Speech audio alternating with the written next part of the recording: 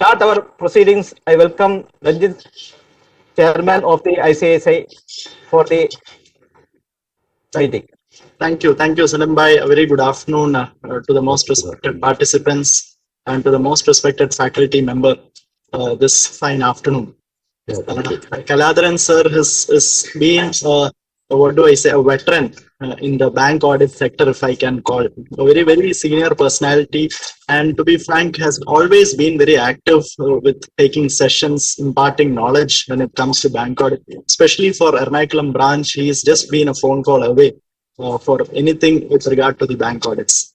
He's been with Corporation Bank for close to 2 decades, if I can say. And he always 3 decades. Wow, that's a big innings, to be frank. And now he is joining us live from Pollachi. And if given the chance, he would have definitely come down to Cochin or to the venue if it was not during the Corona season, if I can say. Big thanks to you, Kaladharan sir, for taking up our request to talk on documentation with regard to the bank audit, and a very, very warm welcome to you, Kaladharan sir. Thank you. CS Salim as a SICASA chairman, he is equally trying and getting sessions done for the benefit of our CA students, be it in bank audit or otherwise per se. Let me also at the outset welcome my managing committee colleague, CA Salim, to the session. We've close to 200 registrations today. Nonetheless, we will slowly begin the session, and then we'll wait for the others to join eventually. A very, very big thanks and a very good afternoon and a warm welcome to all the attendees and participants for this fine session today. Pretty much it. Let's all have a great 3 hours of learning and a great experience from Kaladharan sir himself. Back and over to you, Salim Bhai. Thank you, Chairman. Kaladharan sir retired from Corporation Bank in 2018 as Chief Manager. Kaladharan sir has 34 years in experience in the corporate finance, marketing of bank product, and training the new generation banking professions. With these words, I hand over the mic to Kaladharan sir to proceed the meeting, sir. Thank you. So, good afternoon, everybody. So again, after a 1-year gap, I am back, but this time with a change that I am going for, instead of regular long form audit report, they have given me the opportunity to have a discussion on documentation. And I always relish my association with Ernakulam chapter, because I think this is my 7th year continuous. I am giving the faculty support to Ernakulam chapter. In service also, I had a discussion many a time. I used to attend for concurrent audit workshops or everything. So till last year, I was more on audit. And this time they have given me the topic on documentation. It's pretty lengthy. It cannot be completed just with some small presentation of 3 hours or anything. So, but whatever best I can do, I will try to give you an idea what is documentation, what are all the things you should see in the process of audit, on audit angle, documentation, what are the normal documentation requirements you will expect from the banker when you go for the audit. So I will try to give you a brief of the background, how much I can help you out in this, how much you are going to be benefited out of this. Let me have a feedback on that. And this is a 3-hour long session, and anytime you have requests for any queries to be asked or anything, you can stop me anytime. And you have at liberty to have a detailed discussion on the documentation, because many doubts will come in documents, because what are the type of documentation, what is the legal provision, what are the legal aspects involved, everything. So you can be free to stop me at any stage, and then we can have a healthy discussion on whatever I can do best to you. And documentation, yes, I will commence now. So the documentation relevance to bank audit we are going to see. First, we should know what is a documentation. Documents are written record created for the purpose of evidencing the process of lending and acceptance of the deposits. It evidences a contract between bank and customer. So the process of documents writing or execution of documents is what is called documentation. Why? What is the documents? It is a written document as per Indian Evidence Act. Anything you lend or anything you accept as a deposit, there should be a written proof. So in case of any dispute in the future course, you should have something as a physical evidence to be presented in the court so that your case can be argued. So it is a record, written record, created for the purpose of evidencing, essentially for the purpose of lending, because normally the banks will go to the court only on the lending aspects, not on the deposit aspects. So our view and our discussion is going to be more on lending, because deposit nothing, they will give an application. With application, they will complete issuance of a fixed deposit receipt or a savings bank passbook or current account passbook or statement, or they may give you mobile network or anything like that. So with that, the customer will get satisfied. But to satisfy a banker, he should, suppose if he lends something, there should be some proof. And this is what the documentation is doing. And it is an integral part of the bank working. A bank without documents will face severe problem. Normally, in the process of extending credit to the customers, people will say the failure or an account will become NPA at the stage of sanction itself. Because at the stage of the sanction, if the banks are not exercising proper control or proper due diligence, they may end up in ultimately the account becoming NPA. This is with reference to the character of the borrower. But even though the character of the borrower may be good or may not be good, suppose if he is steadfast that I am not going to pay you the amount whatever I have taken as a loan, there should be some written proof. And so if any banker during the course of their banking, if they commit even a smallest mistake in the documentation, it may lead to a severe loss to the bank. Normally, for all the managers, there is a part called accountability. In accountability, normally they say, is there any documentary irregularity? If the documentary irregularity is happening, he is exposing the bank to a risk which is not out of the customer. It is out of him only. So more seriousness is given to such cases, and actions are given to the concerned managers if they fail considerably in what is called the documentation procedure. So with this, you can understand the importance of how much important the documentation, and we will see what is the document, how it is getting everything. We will see one by one. Am I fast or slow? Normal? Anybody can respond me, please. Hello? Yeah. Hello? I'm Yeah, okay, fine, no? Absolutely. No issue, no? You are No okay. issue, Thank no you. issue, sir. Going well, Thank you, going thank well, you, sir. thank you. Yeah. Now, the documentation, what is an important importance of the documentation? It is an acceptance of evidence in the court of law for enforcing the securities and other considerations.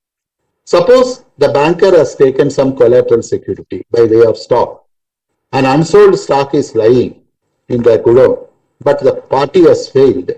The banker goes to the court, takes a permission for attaching the security. They can enforce on the security, take the possession of the stock, and they can sell, and they can apportion the sale for the outstanding amount. So that is why it is told, for the purpose of enforcing the security, documentation is very important. The second one is, it identifies the borrower, guarantor, and also the security. Now, when a customer enters the bank with a request for the loan, and if the banker is convinced that he can be given the loan and everything, he has to be physically available to the bank branches. He should be physically available. I am giving emphasis on physical appearance, because So many lapses have happened wherein the borrower has not come physically to the bank and it was sent through some messenger to his house and the execution of document was done at his house. The manager may not know whether the original borrower has signed the documents or not, and he will be satisfied and keeping it there. When the account fails, when they go for investigation, they will come to know this borrower has never signed this particular document. So the physical presence of the borrower to the bank premises is very, very important for execution of document. Okay. Suppose if the customer is not able to reach, what is the option available? The manager or the officer has to visit the premises of the concerned borrower or residence of the concerned borrower and take all the documents executed in his presence. So if we are not careful enough to do this, the bank may expose themselves to a greatest risk. While I was working in New Delhi, in Connaught Place, in Karol Bagh branch, same statutory audit was going on. I think some of you may be knowing, last year also I had a discussion on this. Some of you may be knowing this. Karol Bagh's statutory audit was going on. At that time, the auditor who visited the particular branch, he was just going through the documents. One document when he took, he had some doubt regarding the address given, the borrower, everything.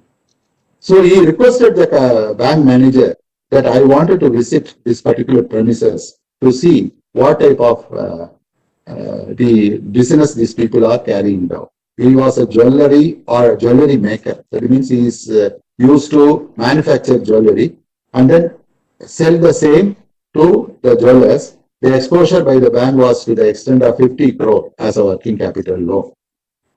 So the auditors insisted they wanted to go and see. They visited the premises. It was a small lane. The address given was a very small place where there is next to impossibility that such type of manufacture of jewelry will take place. Anyhow, they went inside and asked the concerned person who was sitting there whether he is the only told that I am the owner. Then he told whether you have executed these documents in Corporation Bank or any bank one the case. He told yes, I have only signed like that. He told. Then there was two partners to this account. The other signature when he asked, yes, is my brother, he is not available, he has gone out of station. But while coming down, the office boy came with some tablet and informed, he was not knowing that there was a discussion by the auditors in this regard. He gave some tablet, भाइयों का देना पड़ेगा भाई वो hospital में है ऐसा बोला था. He is in hospital, we have to hand over this medicine to him like that. The auditor got the doubt, he visited the hospital. Then when he went, he was in ICU and for the last 15 days. This loan was given just 10 days back. So when somebody asked whether he executed, this document was not at all executed by him. It was signed by his own brother and subsequently there was a dispute between this brother and himself. He claimed that I never signed the document.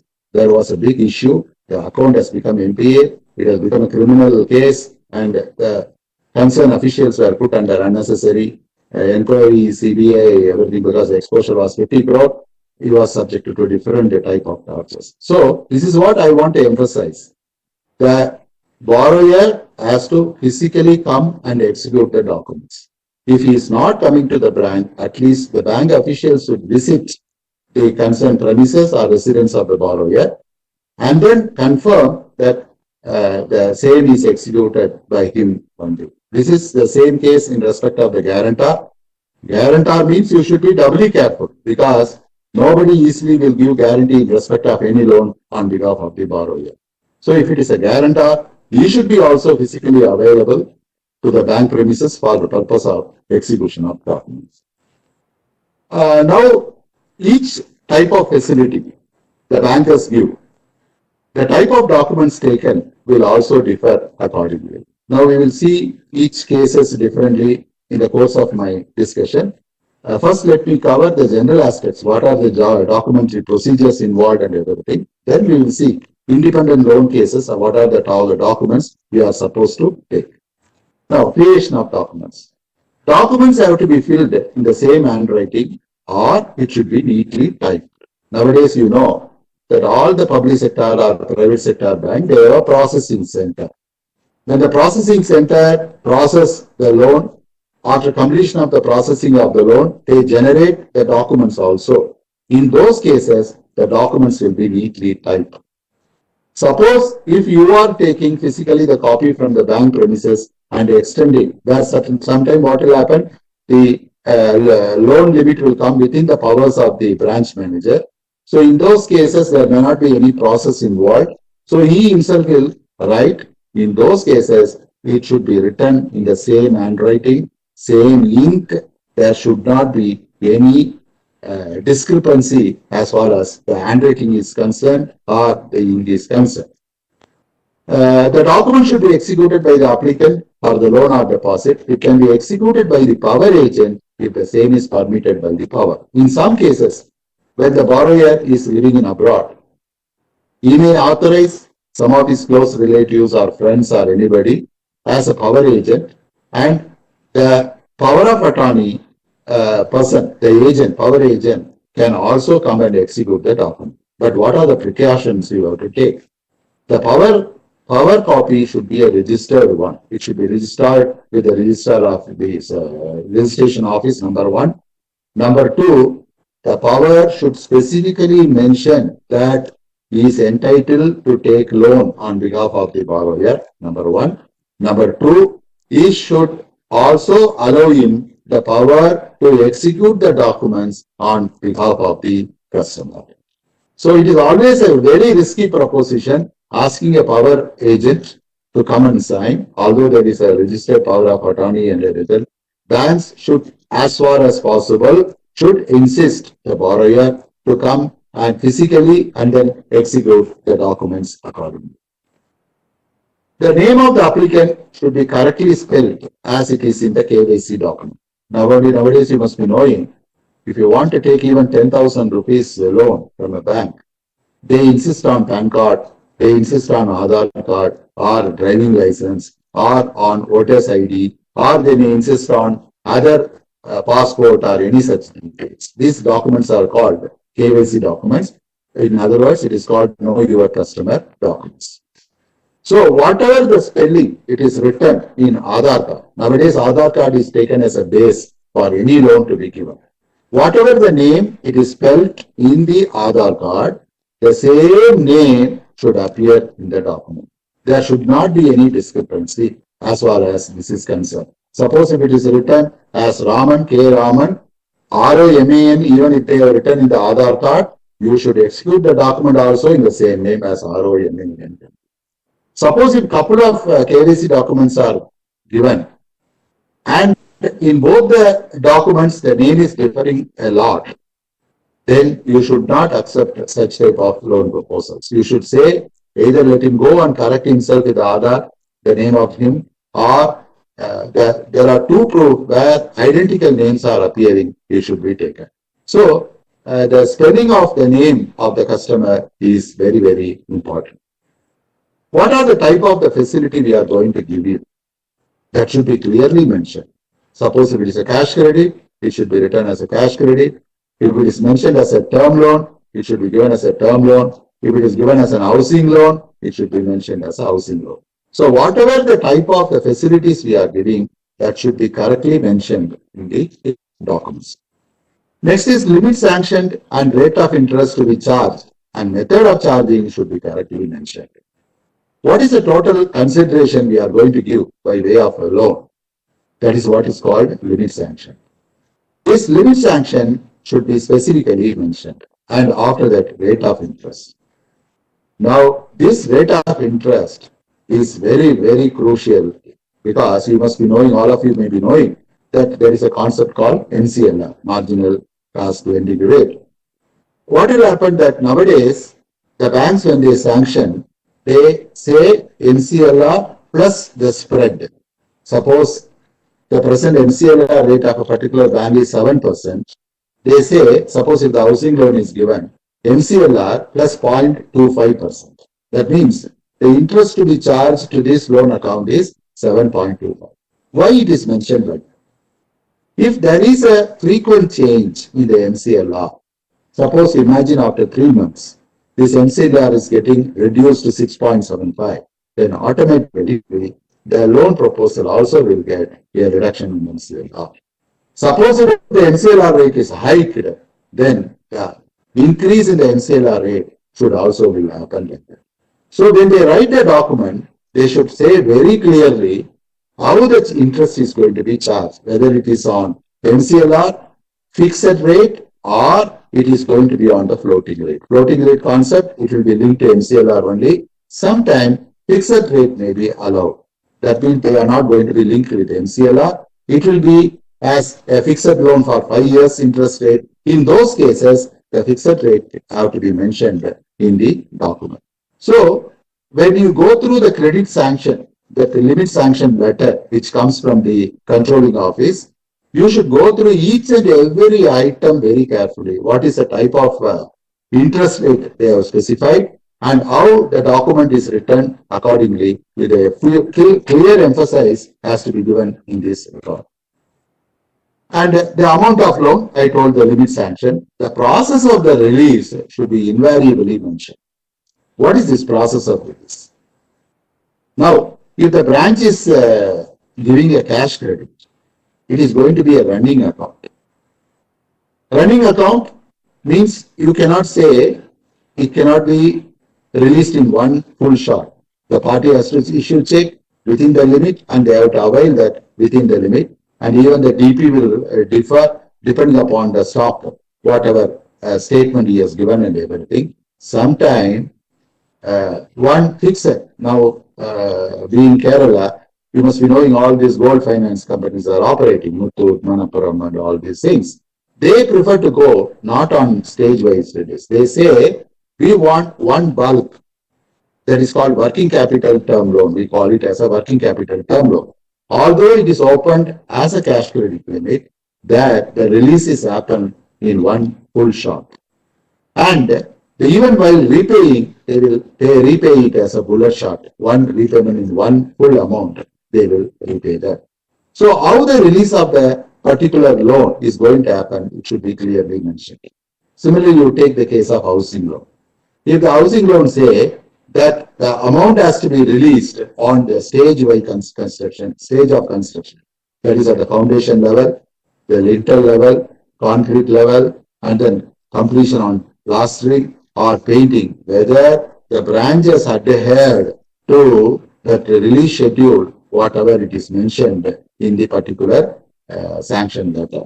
Now, this is another major drawback of majority of the banks. Even before the foundation is rising, majority of the bank branches will release the full amount of housing loan. Suppose imagine a situation that if that account for some reason or other, it becomes a failure or construction is not progressing because of various features, then what is our fate? They have released already the full amount. So the schedule, the releasing schedule should be invariably followed by the bank branches. If they are not adhering to this norm, they are exposing the bank to a great risk.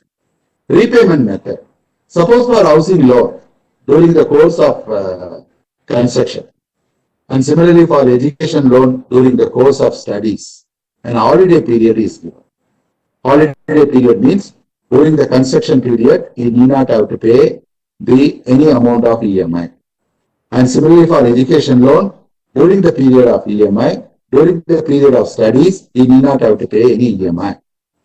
But in those cases also, the sanction letter sometimes will say, although there is no EMI is going to start during that phase, the customer has to service whatever the amount of the interest debited on a monthly basis.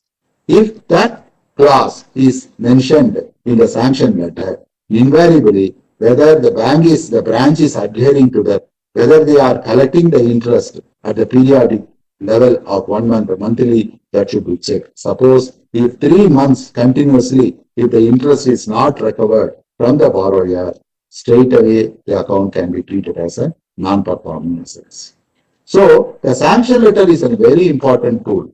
how the interest is going to be charged, is there any holiday period mentioned, and during the holiday period, although EMI is not going to be paid by the customer, whether the interest has to be served, these things you should go in full depth. Otherwise, you may miss some of the accounts which are going to be potential NPA accounts. In the case of the running accounts like overdraft or cash credit, the repayment clause should be invariably mentioned whether by on demand payment or by bullet return. This is what I told. When they take the DPN, that is a demand promissory note, along with the demand promissory note, they will be taking a letter called take delivery letter. In the take delivery letter, will be mentioned very clearly why the take delivery letter is part and parcel of DPN. If you take only DPN, then the DPN is not valid, because in the DPN, nowhere it is mentioned how the loan is going to be repaid, or what are the, it will say on demand, I pay so much of amount with this bit of interest rate over, and the executor will sign this. But how the repayment will go and what are the other terms and conditions, everything will be reflected only in the take delivery letter. So if a DPN is taken without a take delivery letter, you can consider that as good as it is a waste. So in the take delivery letter, the repayment might have been very clearly mentioned, stating that the account is payable on EMI for so many months. In that they may write subject to an holiday period of 6 months. So the first installment will commence from this date onwards. In the case of education loan, they will say that the amount is repayable on completion of the course, 1 year on completion of the course, or getting a job, whichever earlier.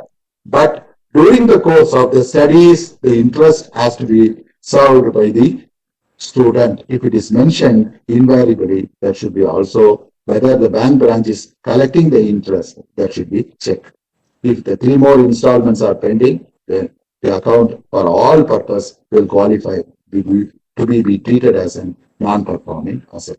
So these documents, it should go in coherence with the sanction letter. Whatever sanction letter say, each and everything, limit sanction, interest rate, repayment method, that should be your document, different documents what you are taking, it should be in coherence with this sanction letter. If that is not happening, you are exposing the bank to a very great risk. Place of execution and date of execution is very, very important. Now, suppose you are omitting yourself to write where the documents are executed or the date of execution. It may expose again the bank to a greater risk for the reason. Suppose imagine a situation, you have written in the document place of execution as Kochi. At that particular day, you will take today's day, 26th of March.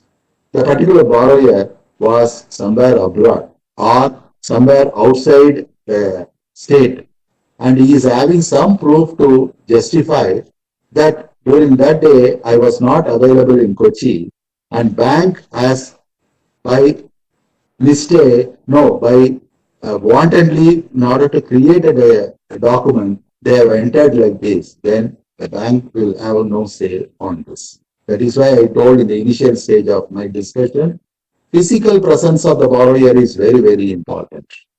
If the physical presence is there, everything is taken care. Place of execution, date, everything is taken care. Nowadays, you are at so much comfort, the branch managers, the bank officials are at so much comfort, they don't even have time to call the customer to execute the document in their cabin. But they are sending that through messenger. The messenger may not know he is the borrower or whether he is a guarantor or whether he is available there.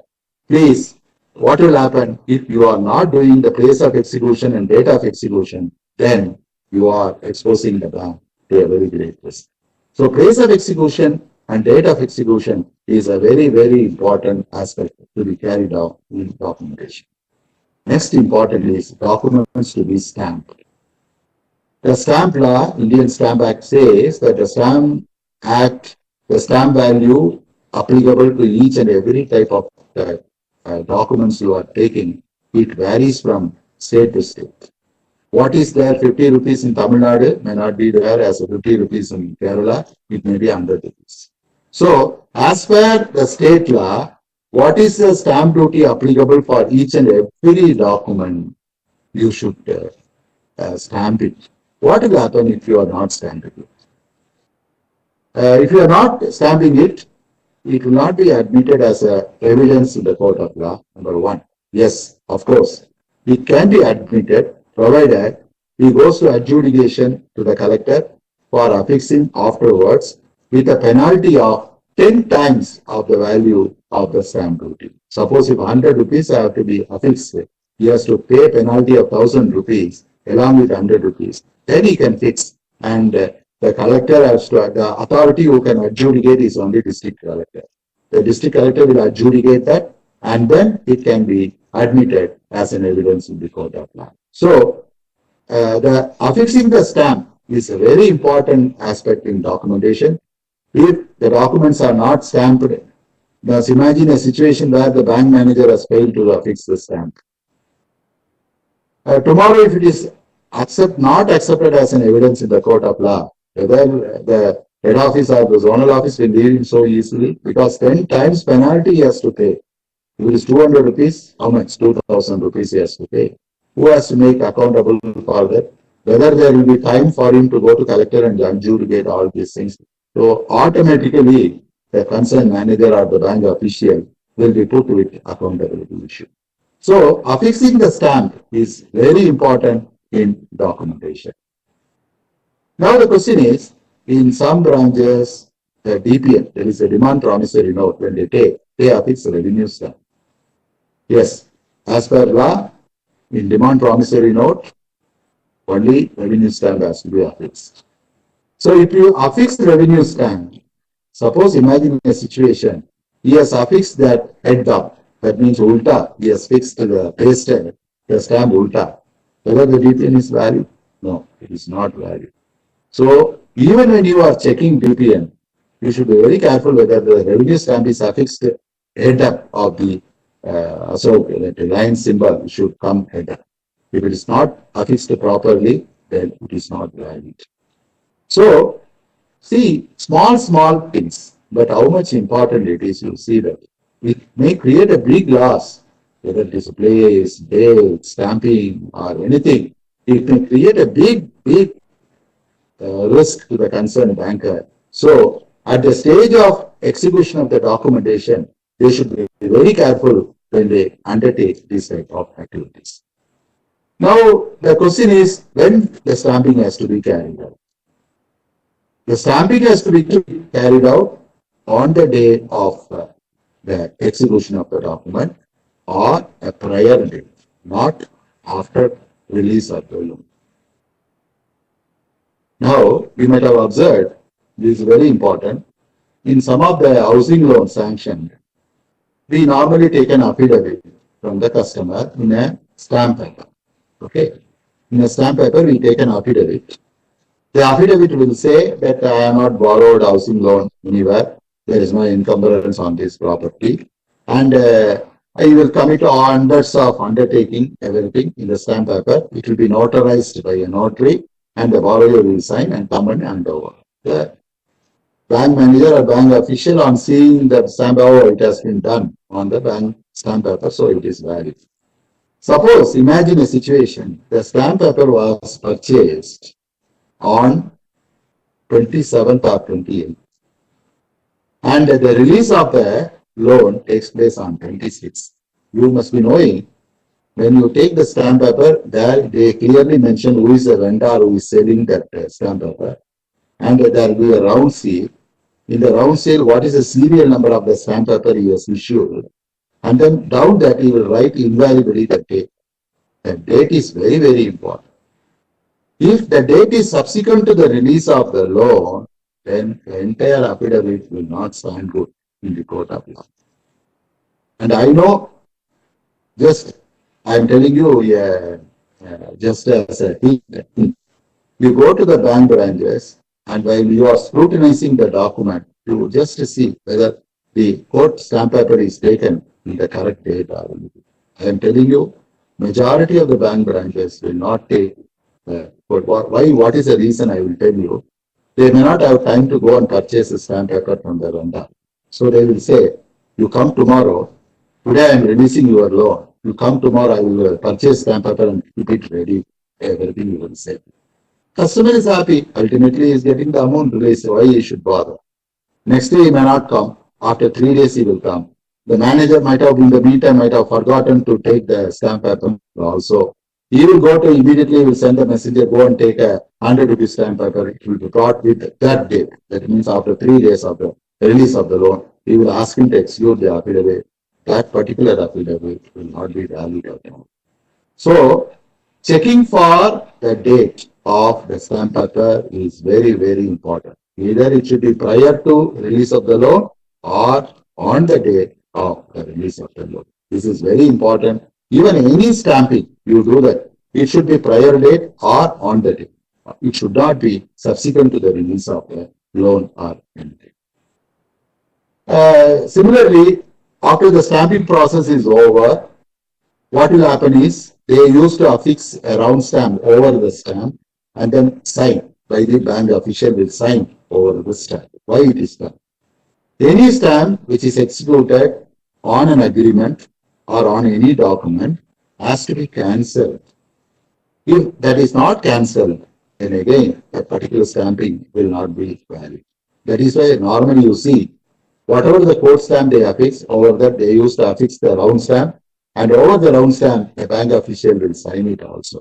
So, affixing of rubber stamp and signing the over the stamp is very important for the purpose of cancellation. If the cancellation of the stamp is not done, then the documents will not be valid. So, while you are scrutinizing the document, it is your responsibility to see whether the stamp affixed is, whether stamp is affixed, whether required value of the stamp is affixed, whether the date of affixing is correct, and at last, whether it is duly cancelled and signed across by the bank officials. We have to check it very carefully. And next is documents requiring registration with the statutory authority should be effected accordingly. This is in respect of the corporate law, where you create a charge on the fixed assets or the floating assets of the company. This particular aspect of charge creation has to be noted in the Register of Companies within 30 days of the sanction or release of the loan. Failure to do so within 30 days, yes, of course, you can nowadays you can do up to 365 days. I hope I am correct because I have some doubt regarding this. Earlier it was 60 days. Now I was told that it has been permitted to do any time, but only thing is beyond 365 days, the registrars are not having the power to do that. It should be referred to company law board in the central government. You should go to company law board. Only company law board officials can authorize that condone the delay in the charge creation. Suppose within 30 days, if the bank fail to create charge in the registrar office, they can do up to 60 or 90 days paying some penalty. And beyond that, I don't think it will be, the registrar has to be given the powers to do that. And beyond 365 days, it has to go to CLB for the purpose of the final signature. So, when the banks are extending credit facility to a corporate, whether it's a private limited or limited company, whatever the charge, whether it is hypothecation or if it is pledge or if it is mortgage or anything, the same has to be registered or it should be entered in the register of company books. And it is a responsibility of the statutory auditors when they see a corporate advance being extended by the bank, you should immediately ask for a search report. If the search report is, the recent search report should be given to him. If the search report is given, we have to verify whether all the charges, whatever the charges created by the bank by way of common deed of hypothecation, whether it is entered in the ROC books, register of company books. If it is not entered, it qualifies for the comments. So, any loan taken by the corporate, whether it is a private limited or limited company, whatever the assets created, it should be as a charge, it should be duly registered with the registrar of company. Sir, am I going fast? There is no response from anybody. Hello? No, sir. No, sir. They are hearing, sir? Participants, Yes, whether yes, they are hearing? Yes, yes, yes, sir. Almost Yeah, 106 okay. participants are there. Okay, No because problem. there is no response, that is right.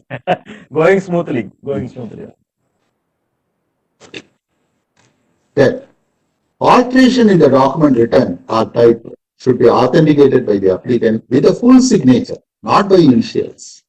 Suppose when you write something, name, address, or amount of loan or anything, if there is an alteration, suppose if it is handwritten, even typed, that should be, whatever it is written as a mistake should be striken off as a single line. It should be just no whiting is permitted. Please, I have observed majority of the bank managers are in the habit of putting whiting over the document and they write it over. But it is a grave mistake. It should be only single stroke should cancel that wrong entry and fresh entry to be entered. After the fresh entry is entered, the particular change, alteration, which should be authenticated by the borrower with his full signature, not by initial. Even if there is no space available in the document, the side, they can turn it to the sides and they can mark it as an into, and into mark they can sign at the sides. So any alteration, it should be duly authenticated by the guarantor or by the borrower or anything that. There should not be any blank spaces. You give, suppose you create a demand promissory note and you say 1,000, rupees 1,000, and after that you are not writing only, you are leaving a space. You are exposing the concerned borrower should object to the filling up of this type of form. So no blank spaces should be left in the document. If at all any blank spaces are there, they should put it as a line or they should mention as not applicable. So the blank spaces are another important aspects in a documentation. Some documents require joint signature by a bank official and same has to be accepted. For example, the guarantee agreement or the term loan agreement normally will insist the bank also has to countersign the concerned agreement form. So we have to check up whether the bank official is signing or authenticating that type of agreement with full signature and see in all pages of the agreement. If it is not there, it may not be a major mistake. If the same official is continuing, I'll ask him to sign it then, so that at least that particular agreement form will be made good. Now the question is, who can sign? This fact, majority of our auditors may not also know. There is a concept called power of attorney given to the officers. Each officer, after confirmation of service, that is after 2 years of probation, will be given a power of attorney. Normally, C-type power of attorney is given, wherein it authorizes the concerned officer to sign on behalf of the bank any document, including the loan document. Some of the bank managers are ignorant about this. What they will do, a probationary officer who has joined just 2 months back, they will ask him to sign the officer post with a seal and other things. Whether it gives power for him to execute the document on behalf of the bank? No. So then you see that a particular agreement form or the mortgage deed or anything is signed by a bank official other than branch manager. It is a responsibility of you to confirm whether the concerned official is in service, whether he is in holding a power of attorney for the last so many years or anything like that. Without power of attorney, if the bank or you fail to qualify that, probably nothing will happen to you, but you are giving an opportunity for the bank, opportunity for the borrower to defend against the concern. This personally, I have experience, not my mistake. There was a case in Ernakulam branch. regarding one vehicle loan sanction. So I was called to the court. When I was asked to go to the witness box, they asked to give me the power of attorney of mine, issued by the bank. I submitted. He went through. Then he told this power of attorney was authorized by one GM. Whether that GM has given you power to file the case on behalf of the customer. I was a chief manager then. He is asking me whether the power is given on behalf of the bank to file the case. So then I told that powers are there. It is an unlimited powers. Even I can put the bank to the say that the general power of attorney, when it comes for the chief managers and above, it gives powers even for selling the bank shares or anything. I told that it is all clearly available. You can go through the power of attorney. It is available. I can represent the bank as in my capacity as chief manager for representing the bank on behalf of the bank for the particular case item. Then the judge told he is correct. What power of attorney says is correct. He is authorized to execute. So no such type of questions to the bank officials. Imagine a situation here, the power of attorney was signed by a person, the documents were signed by a person who is not holding the valid power of attorney. Then imagine a situation. The entire documents will not be admitted as evidence because he is not authorized to represent the bank on behalf of the bank as well as the term loan agreement or guarantee agreement is concerned. So power of attorney signing is very, very important and ascertain whether the concerned official is having the authority to sign on behalf of the bank. That should be ensured by the auditors. Then thumb impression. This will happen in cases where agricultural loans are given in rural or village branches. Some customers may not be able to sign. They will say, I will put my right hand thumb in the DPN. So what should be done? If a thumb impression is affixed on the DPN or anything, it should be duly witnessed by another literate customer of the branch. He should say the thumb impression was affixed in front of me. And secondly, the person being an illiterate, you should mention in a separate annexure to the document all the contents of these particular documents, all the contents of this document are explained to the illiterate customer regarding the rate of interest, amount of loan, what type of loan is given, how the repayment has to be carried out. Everything has to be explained in detail to the illiterate customer and a note confirming this briefing it should be kept along with the set of document and that should be also witnessed by the literate customer. I don't think any of the bank branches will hold this particular level. So many cases went against a bank because a person, an illiterate person who took loan, told that nothing I was not knowing at all. I never know that I took loan from the bank. They asked me to put my thumb impression, I put. But I was not knowing this is for my loan, for the rate of interest or anything like that. So these banks, without my knowledge, has taken my signature, my thumb impression and given the money to somebody else. So you witnessing of a thumb impression of illiterate customer is very, very important. And whether this is being done, that should be also be checked.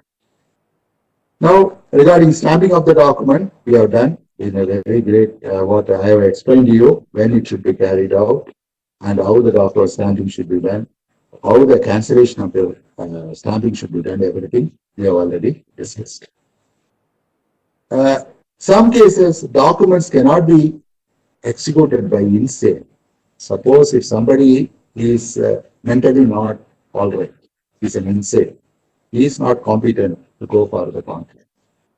And similarly, an insolvent person who is declared by the court as an insolvent, IP, the person who was given IP, cannot also execute any document. If a bank by mistake, by knowingly or unknowingly, give loan for these things, if it is contested in the court of law, saying that this person was not mentally strong, or this person was already declared by the court as an insolvent, then the court cannot, the bank cannot defend the case. So that is why the due diligence is very important. In any loan processing, there is an aspect called due diligence. If the due diligence is being carried out, if there is a proper inquiry in the neighborhood or proper inquiry about the borrower in the neighborhood of the particular place, then they can get definitely this type of information, especially when the neighbor is not close to the borrower, and if you want to see that borrower should not get loan at all, you will say the full history about the particular borrower. So due diligence exercise, inquiry from the neighborhood is very, very important. And if we fail in the proper due diligence, and it ultimately results in getting a document from an insane or insolvent person, the bank is exposing themselves to unnecessary risk. The next is very important, documents executed by the minor. This is another important aspect. You know very well, the minor is not competent to execute any contract. So any contract entered between a minor is invalid. So you cannot contest the particular case in the court because minor is incompetent to contract. So, but you imagine a situation, education loan is given. Education loan in some cases, the concerned boy or girl might have completed just 17 years. Sometime it happens. 17 years and he has taken an education loan.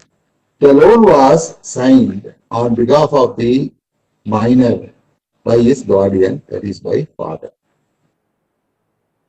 Suppose after 1 year, the same document, if it is not confirmed by the minor student who has become major now after 1 year, that means he has become now 18 now.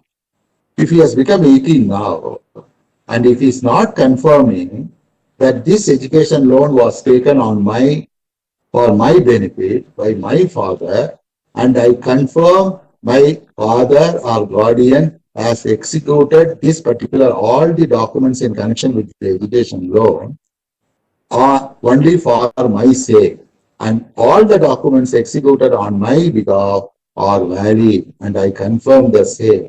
Like that, the declaration has to be obtained immediately when the student attains the age of majority. At the age of majority, these documents, this confirmation from the minor student has to be taken by the bank official. I am 100% sure if you come across with this type of case, no bank branch they might have taken this declaration from the minor. Of course, it is a joint loan given by minor and father.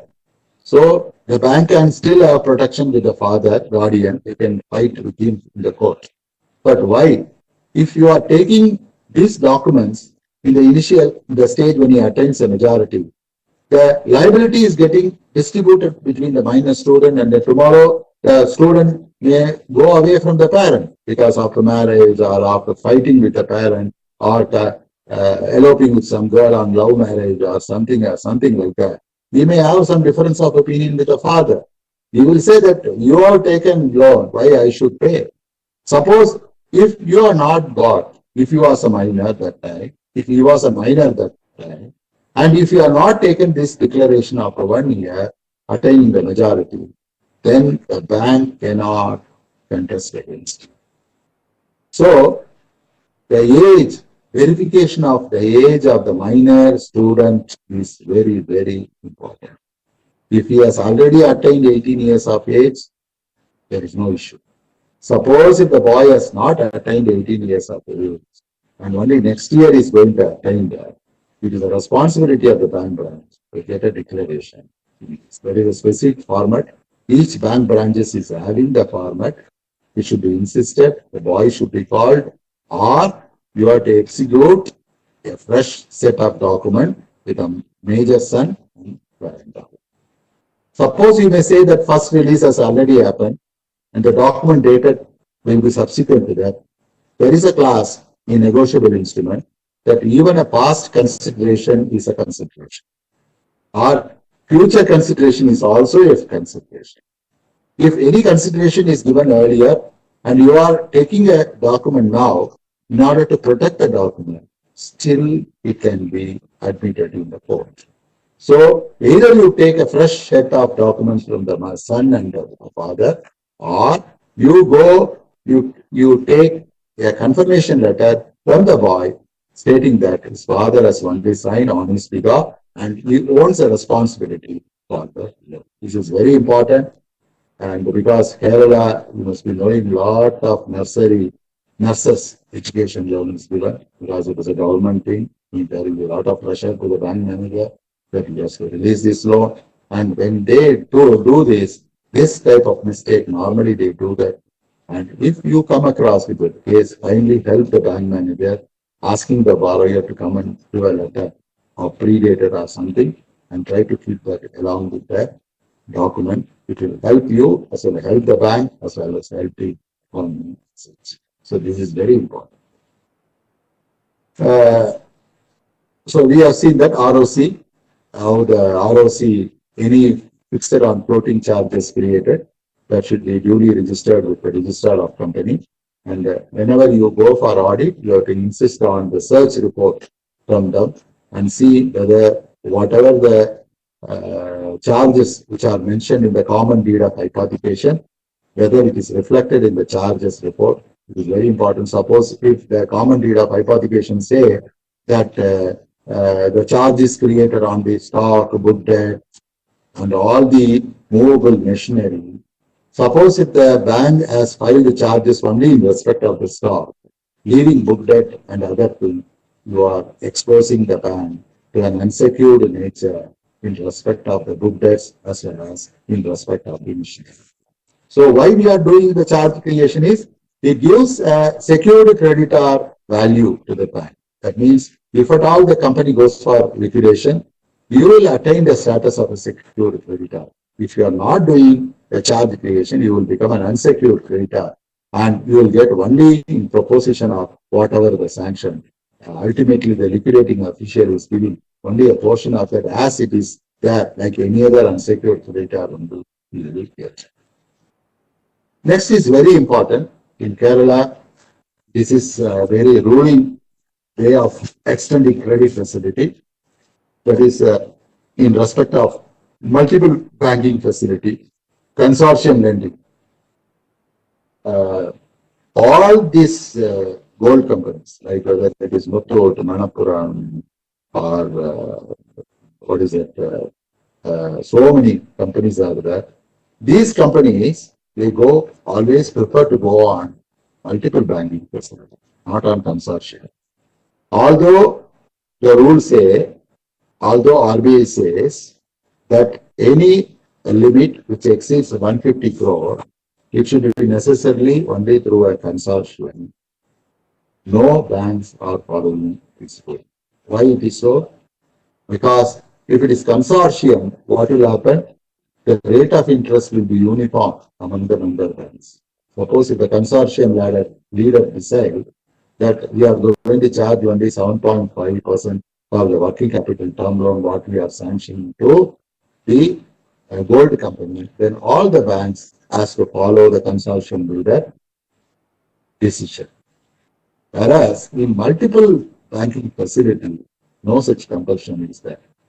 Suppose if the ex-bank MCLR rate is very less and Y-bank MCLR rate is high, they will say, I will go to a bank which is offering lesser MCLR rate for credit facility and I don't want to go to another bank where the MCLR rate is on the higher side. So in multiple banking facility, what happens? There will not be any joint lending agreement. They go for independent documentation. The independent documentation, if it goes, that means all the set of documents which are applicable for the cash credit, individually, every bank has to take it. It is a very, very risky proposition because another important thing is all these gold companies, they go for 3 months loan, working capital term loan, or 6 months capital, working capital loan. Every time you have to go and change and execute fresh document. Every time you have to go and file with ROC the charges on the renewable assets, whatever they are holding. How laborious it is. So, this type of multiple banking facility, although stipulations are say beyond certain limit, the consortium has to be arranged. No banks are insisting on that because of the competition, sheer competition. Everybody wants to give. If I give at my MCLR 7.25, a loan of 500 crores to so and so gold company, he will say my MCLR is only 6.5. I will take it from you because all the banks are flushed with funds. There is no credit. What I can say that flushed with funds, there is no demand in the market. Because there is no demand in the market, instead of putting this amount in the case of the rural infrastructure bond or something where the interest rate is going to be only 5%, bank prefer to give at MCLR rate 6.25. At least they get 0.75 more than what they are going to get through the rural infrastructure bonds. So the banks prefer, and because of the sheer competition, what happens there? They go for this multiple banking facility. And another important aspect is when the particular companies go for multiple banking facility, the member banks have to share at the monthly basis what is the type of facility they are availing, what are the type of facility they are availing, what are the balance outstanding, everything they have to decide. Why? Why this is very important. If you see in multiple banking, total credit exposure cannot exceed more than 3,000 crore, like that they will mention. If there are about 20 banks in multiple banking arrangement, all the 20 banks put together can give total credit limit of only 3,000 crore because the working capital assessment has been done only for this 3,000 crore.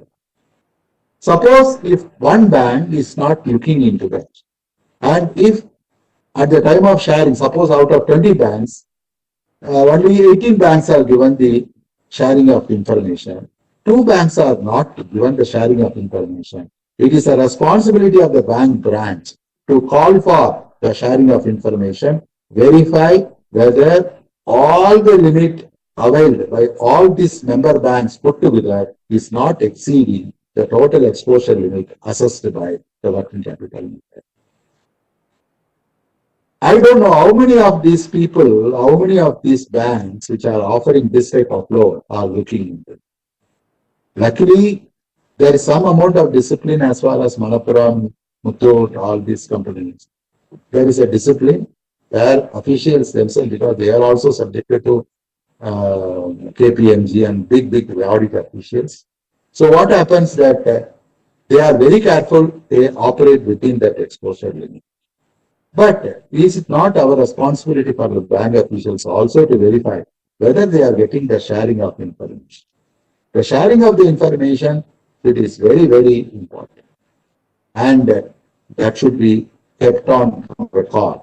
So when you go for audit, if you found any multiple finance accounts are there, you should immediately call for the sharing of information, whether all the member banks, it is very clearly mentioned, it's a prescribed format. There it is mentioned very clearly what are the total banks which are involved in that multiple banking, what is the share and what is the present limit, everything might have been mentioned already. So it is a responsibility of the auditors to verify whether that is coming within the particular working capital assets limit. That is very.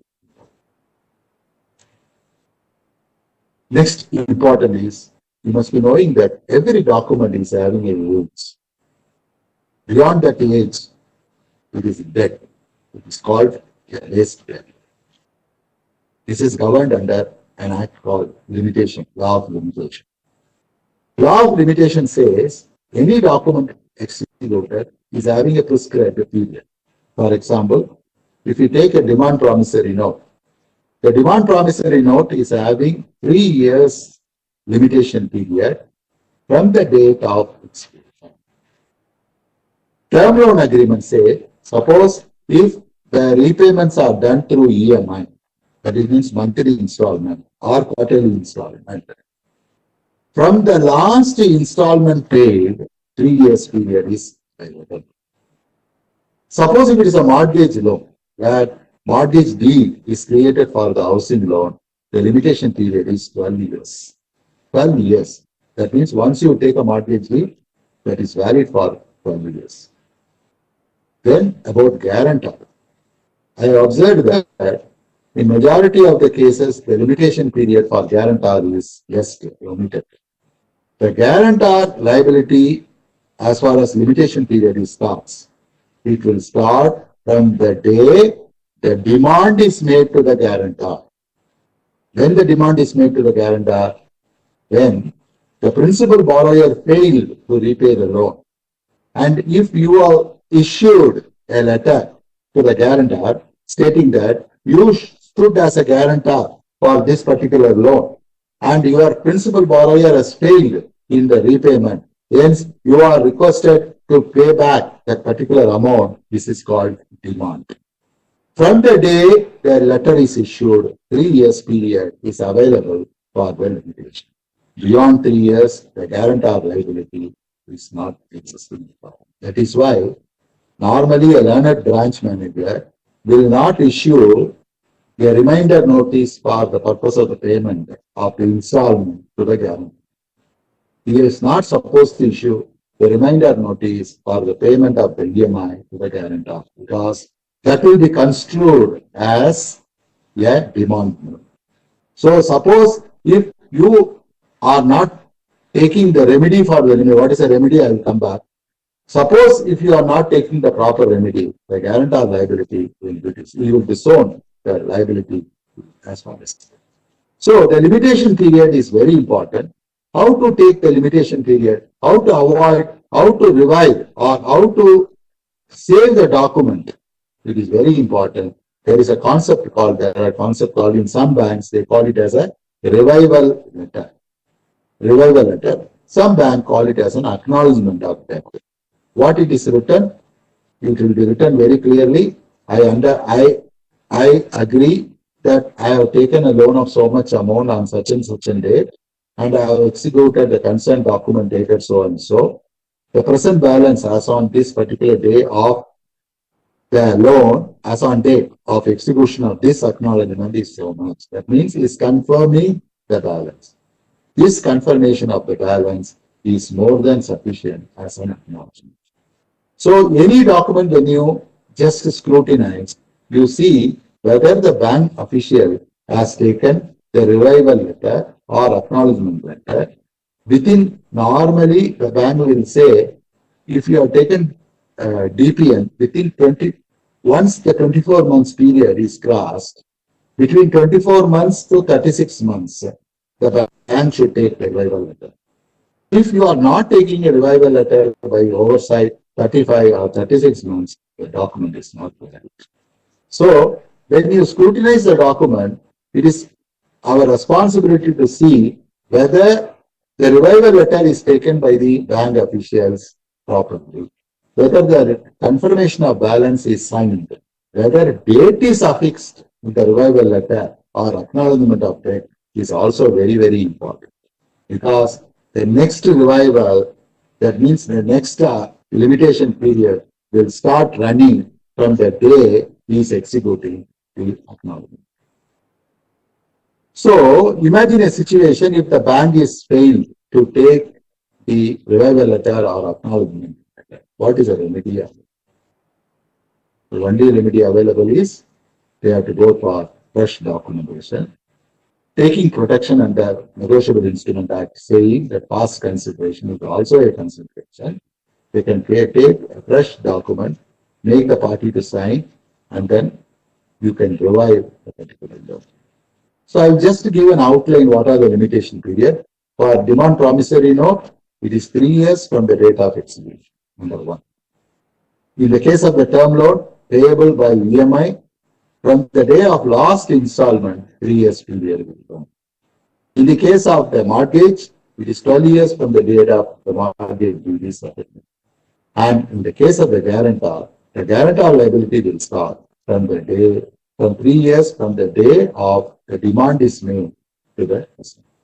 Anybody is having doubt on that? This is very important because if any bank official fails to do that, he is making the document invalid. He cannot contest in the court. The first stage itself is time barred, the court will say, and it will not accept the document for filing procedure. At least in Kerala, there is one option available for us, that revenue recovery, where the time barred debt is there. You can still, if it is a priority sector lending, you can still request a revenue official to go for revenue recovery of the amount. Where the time barring, at least you can advise to some of the bank managers who are perplexed, you may be facing the accountability. You can very well say, if the limit is within 1 crore, and if it is done for the priority sector, and if the bank official fails to take revival letter on the due date, ask him to go and file revenue recovery. At least it is good. In Kerala, revenue recovery is very vibrant and they take action also immediately. Thereby, even the bank will say, okay, even though he has not taken the acknowledgement of debt or revival letter, he has filed the case in revenue recovery, so he can safeguard his PF, his pension, everything. Otherwise, at the time of retirement, they will say that you have failed. A love letter will come from the head office saying that when you are a manager in that particular branch during that period, so and so, you failed to obtain an acknowledgement of debt for so much of amount from the borrower. Thereby, you expose the bank to a great risk. So kindly explain why action cannot be initiated against your lapse. Like that, they will issue a love letter. Ultimately, your pension, PF, gratuity, everything will be returned and they will not do. So, acknowledgement of debt or revival letter is very, very important as well as the documentation. You are giving life to the document. If you fail to do this revival letter or acknowledgement, you are making the document as a dead document. So, please see any old document you see whether the particular branch has taken the acknowledgement or revival letter correctly. If the revival letter is not taken, kindly instruct them. What is the remedy? Try to help the bank manager by going for fresh documentation. On the consideration, on the strength of the negotiable instrument act, the past consideration is also a consideration. So on that, but normally whatever document is excluded after TPN, if it is taken after the loan is released, only past consideration angle you can type. If it is any other document subsequent to the release, you cannot do anything. So kindly help the managers to get the acknowledgement of the debt, or just to instruct them. Some case you will come across 35 months over, but the manager has not obtained the revival. Kindly exercise caution in respect of those accounts and ask them to go for the revival. So now I think I have given a very brief idea regarding what are the procedures which are involved in execution of documents. So just give me some time. Can you, with any doubt, anybody, just you can ask the question and be able to help you out, because I am switching over to the next important aspect. What are the types of documents which are taken on different type of law extended by the bank? Any doubt, please?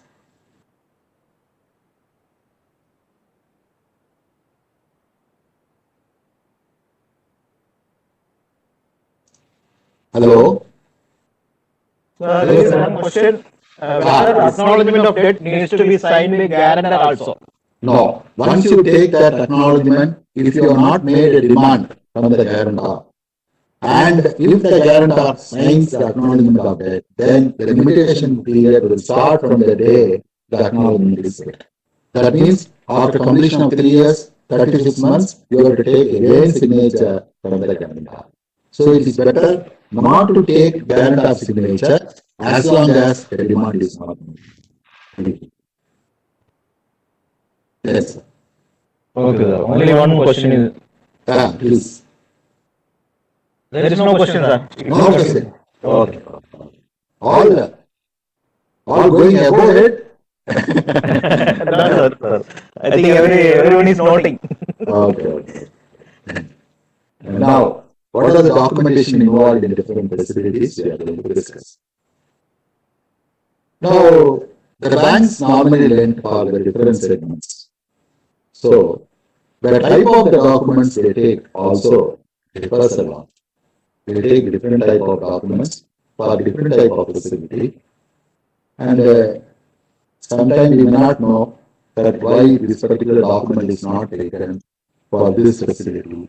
So, in order to give you in a nutshell how to go about in this type of documentation, I am trying to explain to you how the documentation should be verified in respect of the different type of the loan which is extended by the banks. You can just divide or classify the type of the facilities extended by the banks on three angles. One is a personal segment, the second is a trade finance or corporate lending, the third is agriculture segment. So normally the entire arena of lending will get limited with these three aspects, whether it's personal, trade finance, or corporate lending, or so now we will see what are the documents the bank officials have taken. We will see that. One second, sir. One second.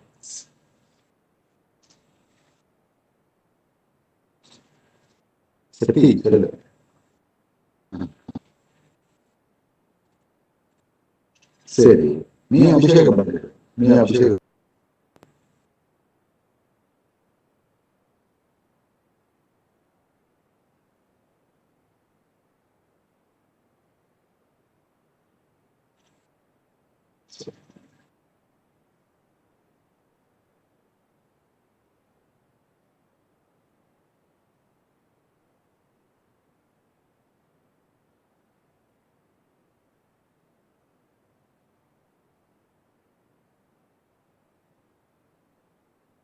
sorry.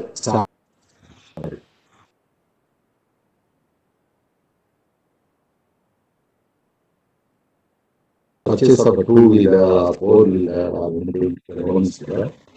And mortgage loan. Sometimes for the purpose of hello, mortgage loan is given sometimes, and sometimes and also education loan. Sorry that I missed education loan in my presentation. Anyhow, I will explain in detail how the education loan is going. Please, I will go slow so that you can take it down also.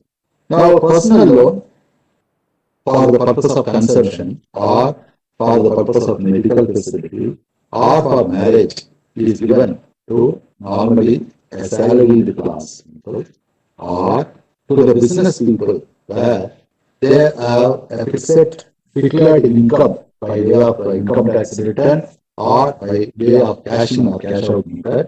If they have, the loans are given. For what purpose? They used to give loan for the purpose of the medical facility, or they may give loan for the purpose of hospitalization or for marriage or anything.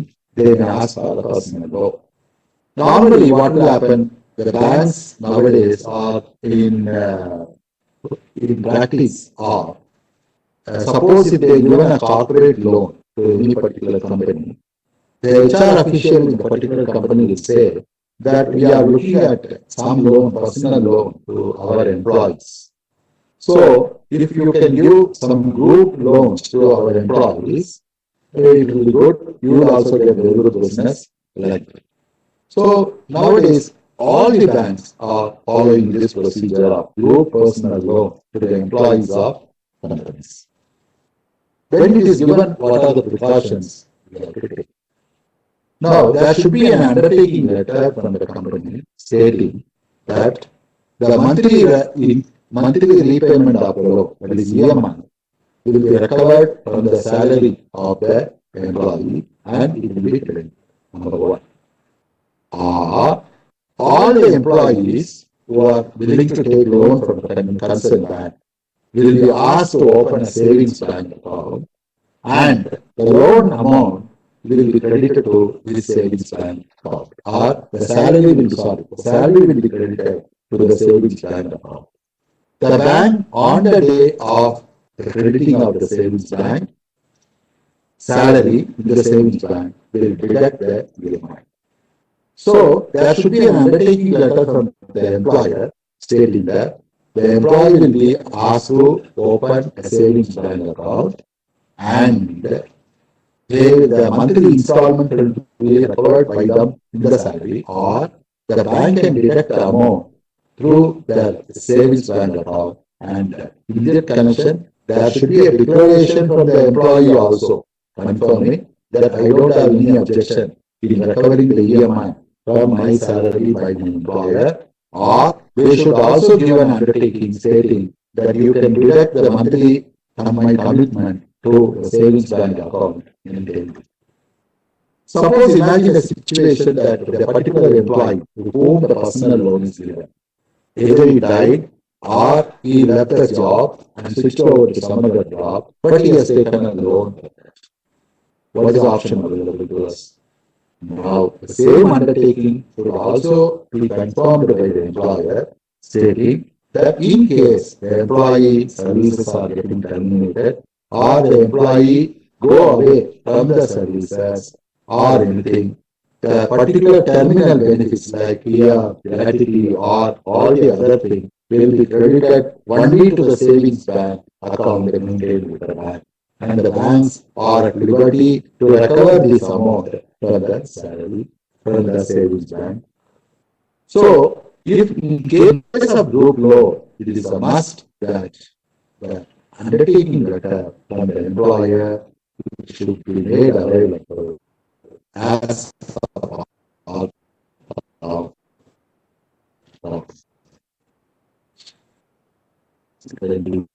what we see the latest 3 months salary.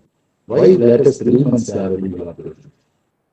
The fellow might have taken maybe getting 15,000 rupees as a net salary during this month. Last month, maybe his salary may be performance linked. He may be getting only 8,000. Prior to that month, he may be getting only 4,000 or something. So totally, he is getting only 27,000 in all the 3 months put together, which works out to an average of 9,000. The personal loan is normally given 12 times of the take-home salary of the employee. Suppose imagine that you are giving 15,000 based upon 15,000 12 times. You are giving him a loan of 1,80,000. Whereas if you take an average of the last 3 months, and that results in only 9,000 rupees payment, what will happen? He is eligible to get it only 1,80,000. So that is why it is insisted that the last 3 months salary has to be bill has to be given by the bank branch, and the loan amount is fixed depending upon the average which is there for the last 3 months. So obtention of salary slip for the last 3 months is a must. Now, when you give the personal loan, I am saying that he is eligible for 12 times of the take-home pay as a loan. Now, along with personal loan, you are coming to another important tool called the CPE report. In the CPE report, you take with the PAN card or the voter's ID of the particular borrower. It will say this fellow has already taken loan from another ICAI bank or HDFC bank, where the monthly installment is paying around 3,000 rupees a month. Then what is your calculation of take-home pay? You have to deduct that EMI from whatever the limit you are planning to give also. So whatever the EMI that is appearing in the CPE report, that should be duly deducted from the overall sanction limit, and only the balance amount has to be paid to the particular borrower. So exploring or looking into the CPE report is very, very important. It gives the entire horoscope of the borrower. It will say whether he has borrowed from any other bank, number one. It will also say whether he has defaulted any loan. It will also say after default whether he has written off some amount in from the particular bank. So verification of CIBIL report is very important as far as any personal loan that is given to any borrower, whether it is personal loan, vehicle loan, housing loan, or anything. The EMI, whatever is already having some liability, that should be duly proved. That should be duly calculated when you fix up the limit for the particular person. So personal loan, normally you have exercised all this option. Once you decided to go through, you have decided to give a personal loan to a concerned borrower, what are the documents you will take? Now, you have to take demand promissory note. You will say that this particular borrower is sanctioned with so much of the limit, with so much of the interest rate, everything. Along with that, you have to also take delivery letter. Take delivery letter will say what is the amount of sanction, rate of interest, how the amount is going to be repaid by the customer. That is also will be mentioned in the particular take delivery letter. So, if a DPN is taken without take delivery letter, then it is illegal. It is part and parcel of demand promissory note. So, you have to take demand promissory note, take delivery letter. Suppose if there are two employees, they are swapping the limit. That means A and B are there. Both are coming to the bank for taking the loan. The B should stand as a guarantor to the A, and the A should stand as a guarantor to the B. The guarantee agreement form will be also taken, and salary slip for the last 3 months you have to take, and based upon all this calculation, you can, in addition to that, the CIBIL report you have to take, all the KYC documents like PAN card, voter's card, Aadhaar card, passport, anyone, they can take along with it, and kept this along with the document. So if you are coming across any personal law, the personal loan is sanctioned without CIBIL report by a particular branch, you have every right to make a qualification. Nowadays, no, because the entire loan, whatever you have sanctioned, he may be a defaulter, he may be having an overdue with some other bank, or his sanction limit is not eligible to get so much of amount as a loan. So, if any loan is sanctioned without the CIBIL report, then you can definitely make a qualification on that, saying that the bank paid to obtain the CIBIL report, and then definitely that can be carried out. Suppose where the salary slip is not available, where only IT returns are to be taken as a proof of income, then what do you do? There also, you have to obtain last 3 years, not 1 year, because suppose if the X is want to take a loan, and you want to take maximum amount of loan, this year you may file income tax return for the maximum amount. And when it comes the previous year, you see it may not be even 50% of what he has declared. And prior to that, it may not be even 25%. So that should be a clear 20% accretion every year as far as the income tax returns are concerned. If you are satisfied that the accretion which is happening is within the norm, then last 3 years average of this net income can be given as a personal loan, subject to the threshold. Suppose you cannot give personal loan more than 5 lakhs, and if his income is beyond 5 lakhs, you can give him only 5 lakhs as a loan. So, obtention of IT return in cases where the salary slip is not available is a way, it's a way of tool to judge the quantum of loan to the particular borrower. Some of the private banks like HDFC or ICAI, etc., they are not insisting on income tax return. If the particular borrower is maintaining an account with them, or they will call for the bank statement for the last 6 months, and they will say how much cash in and cash out option. It is nothing but our cash flow statement. And they will arrive at a cash flow excess or minus. If it is minus, you will not get. Cash flow excess is that they will keep the required margin of 25% or 40% or something, and balance amount will be it as a personal loan. So, cash in and cash out position not adopted by any of the public sector banks. Only private sector banks are taking this as a method of calculating. So, cash in cash out method, if they are followed, it is also a method to calculate the eligibility as far as it is there. So, in all these cases, as I told you, you have to take demand promissory note, take delivery letter, guarantee agreement, and all the relevant KYC documents, civil report, undertaking letter from the employer, and whether savings bank account is opened by the customer or not also has to be confirmed by the bank. So this is the one way of doing as far as the personal loan is concerned. Now coming to vehicle. Vehicle loan is sanctioned for purchase of 2-wheelers or 4-wheelers or any other. Normally, the banks will give 75% of the invoice value as a credit limit. Balance 25% has to be brought in by the customer. Now, maximum fraud you see has happened only in vehicle loans, because I will tell you a classic example. While I was working in Delhi Rohini branch, one day a fellow came to open a current account. Current account we wanted to open for sale of cars. You know very well that in Delhi, second-hand car sale is a very big market.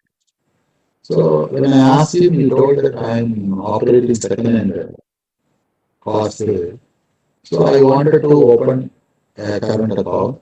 We produced all the necessary KYC documents and everything. The account was opened as Sri Durga Enterprises. The account was opened. And within 2 days, I got a big chunk of NEFT, 8 lakhs like that, or 3-4 lakhs like that. The third day of operation itself, the account got a balance of around 50 lakhs. Fifth day, the checkbook was issued to them by the center, because we know that now hub is operating for the account opening. They issued the checkbook. Immediately on obtaining checkbook, this fellow what he did, he issued a check for NEFT to Surat, amounting to around 25 lakhs, and another check for NEFT to Pune. Because it is just 6 days old account, I had a doubt. I called the borrower, I called the applicant and asked him why he was sending NEFT of such big value. He told, sir, I deal in imported cars. So when I make the sale of imported car, I don't have money. So I borrow from one of my clients in Surat and one of my clients in Pune. So when I make the sale, I used to send this money to him back. So when I saw the beneficiary account, it was all finance companies. So otherwise the account is okay, all the document procedures, everything there, even the Thanksgiving address verification, everything was done, everything is done properly. We are sent. Then after a couple of days, Bank of India official came to my branch. They asked whether you have opened any current account by name Sri Durga Enterprises. Yes, I told you, sir, it is a fake account. Because in that area, Rashbihari Avenue, there is one Sri Durga Enterprises which deal in primary vehicles. Honda vehicles is a dealer. So this fellow, what he did, the employee who was working there, could manage to get the seal and everything. And he opened with a fake seal, a current account, where the address proof everything was perfectly all right. And he opened, even you will not believe me, he has brought even the GST registration certificate also. GST registration certificate is also issued for this address and name of the vendor and everything. What he did, he asked the Bank of India official to release a vehicle loan and the proceeds were given in the name of Sri Durga Enterprises, and that Durga Enterprises proceed was asked to be sent by way of NEFT to my account, and after receiving it here, they have withdrawn and sent it back.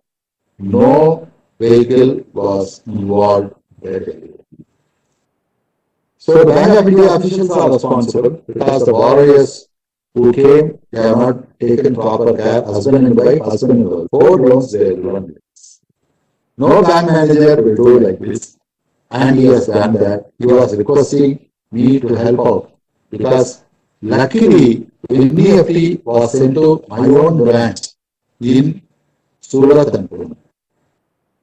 Then, because it's a core banking system, I verified the amount was lying in his account, the financial account. He has not withdrawn it. Immediately, I requested my counterpart in Surat and other places to freeze this account immediately and then ask them to retransmit the amount back to my account, not to my account, to the Bank of India account, and Bank of India could save their NPA account because of this. So, vehicle loan, if proper care, that means the process credit, if it is not done after due verification, the bank is exposing themselves to the greatest risk, especially northern side branches like Delhi, Bihar, Patna, very prevalent.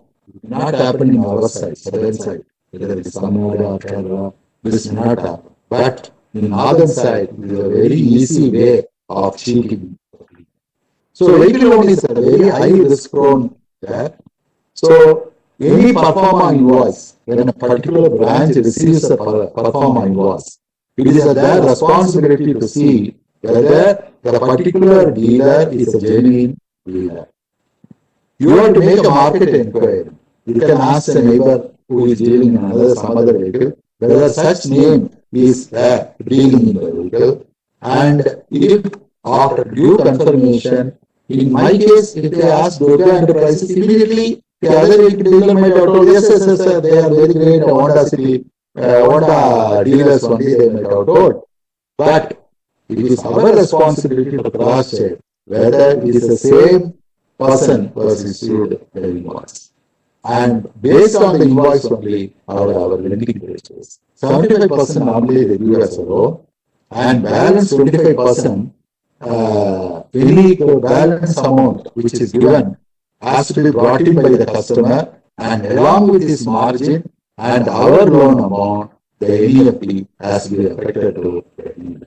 If you say, already I have paid the margin money, then you should ask for the cash receipt or proof confirmation from the dealer stating that he has already received the margin money and only the loan amount can be released. So these precautions the bank officials have to take. What are the type of document we used to take? Demand promissory note and take the letter if the repayment is within 36 months. Normally for two-wheeler loan, we don't give beyond 36 months. If 36 months is the period of loan, then the document, applicable document is demand promissory note and take the letter. Suppose if the repayment is beyond 36 months, then the branch has to take a term loan. Means more than 36 to 60 or 84 or any months, only they have to take the term loan. And after that, agreement for hypothecation of vehicle. That means for having created a charge on that particular vehicle, there should be an agreement. Because you must be knowing surface action which requires, this is a main document as far as surface can be done also on the movable vehicles. Vehicles also you can enact surface action.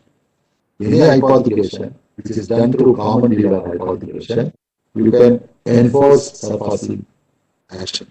So suppose if you are lent for a vehicle, agreement for hypothecation of vehicle is a very, very important agreement that should be taken. That it should be stamped, first of all the details should be entered, and what is the type of vehicle? It is Honda City, what is the CC, what is the chassis number, what is the engine number, what is the amount of loan you are going to mention, what is the amount of interest you are going to charge, and after that, the bank important tool is the bank has to obtain a transfer of vehicles forms, which are form number 29, form number 30, and form number 35. Sorry. 29 is a form which is applicable for permitting the bank to note the lien on the vehicle. 31 is a blank transfer form. Normally, the bank has to take minimum 4 or 5 transfer form, empty transfer form signed by the borrower. I am deviating, I am just contradicting my own statement. No blank documents to be obtained.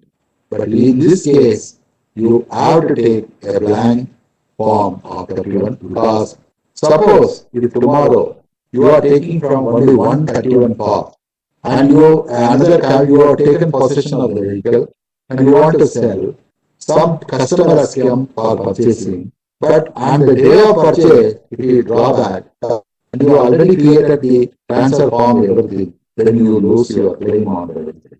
So, normally, all the bank branches will take 2-3 transfer forms, and these transfer forms are kept along with the document. This form number 29, I told, it is a notification to RTO requesting for marking of the lien on the vehicle.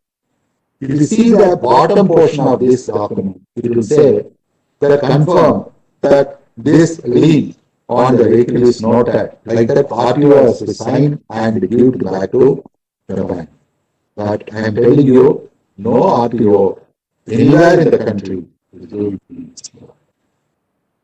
they will not give you any acknowledgement. But it is the bank's responsibility to take 29 form and send it to the concerned RTO along with the silver letter to make a mark on it. So, transfer form 29, 31 is a must, and form number 35. What is form number 35? Form number 35 is cancellation of the lien mark. Suppose if the borrower has paid back the dues, then you have to remove the lien on the vehicle. So in that case, the form number 35, you have to affix your signature stating that since the consideration in respect of the entire loan is paid by the borrower, the form 35 is enclosed and the lien marked on this vehicle may be cancelled. Like that, you have to confirm that. So form number 35, 31 and 29 are very important along with the documents.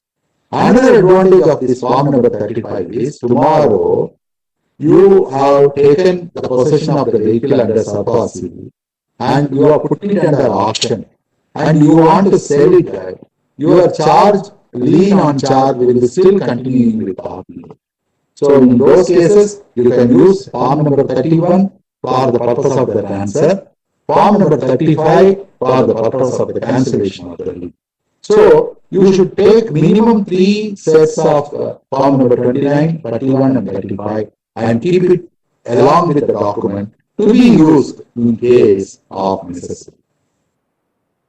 And then once you have given the loan and you have given all these documents, you have taken all these documents and handed over the proceeds to the concerned dealer, you have to wait for the copy of the RC which is being handed over to you. Under the RC, nobody will give the original, so they will give only the photocopy. If the photocopy of the RC is given to you, you have to verify with the original and endorse stating original verified, like that you have to sign. When you do this, you have to verify whether whatever the amount mentioned in the invoice is reflected in the RC, number 1.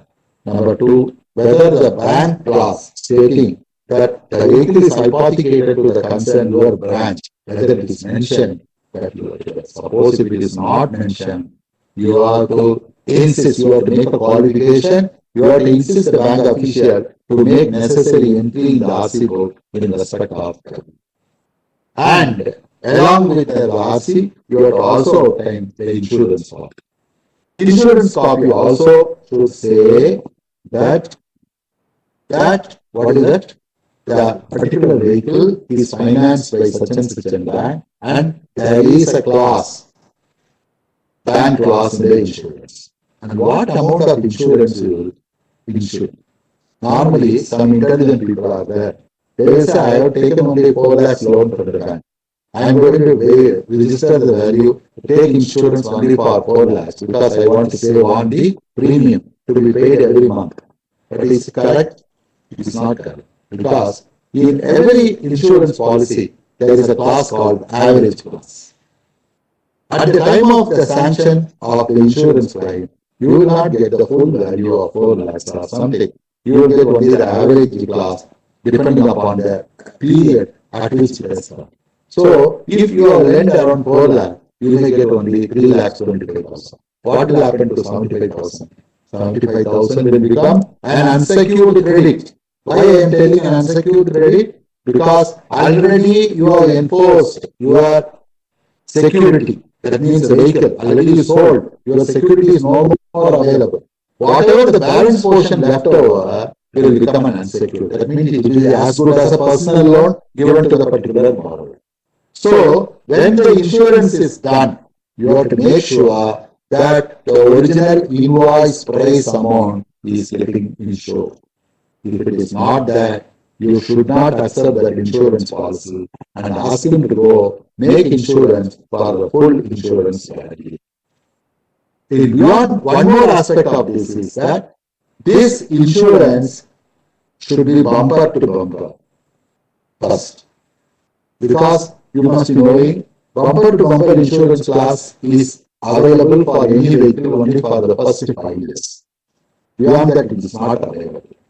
So, 5 years period, your loan also might have got cancelled, closed, normally. So, if you take bumper to bumper insurance policy, it will help you to recover the full amount in case of accident made by the vehicle financed by you. The third important aspect is whether third party interest is covered under the insurance also is equally important. Tomorrow, the accident, if this vehicle fellow kills somebody, and if the insurance, if the third party interest is not shown, the court may fix the amount. If the court may fix the amount, if it is not covered by our loan amount, then we may lose the entire amount.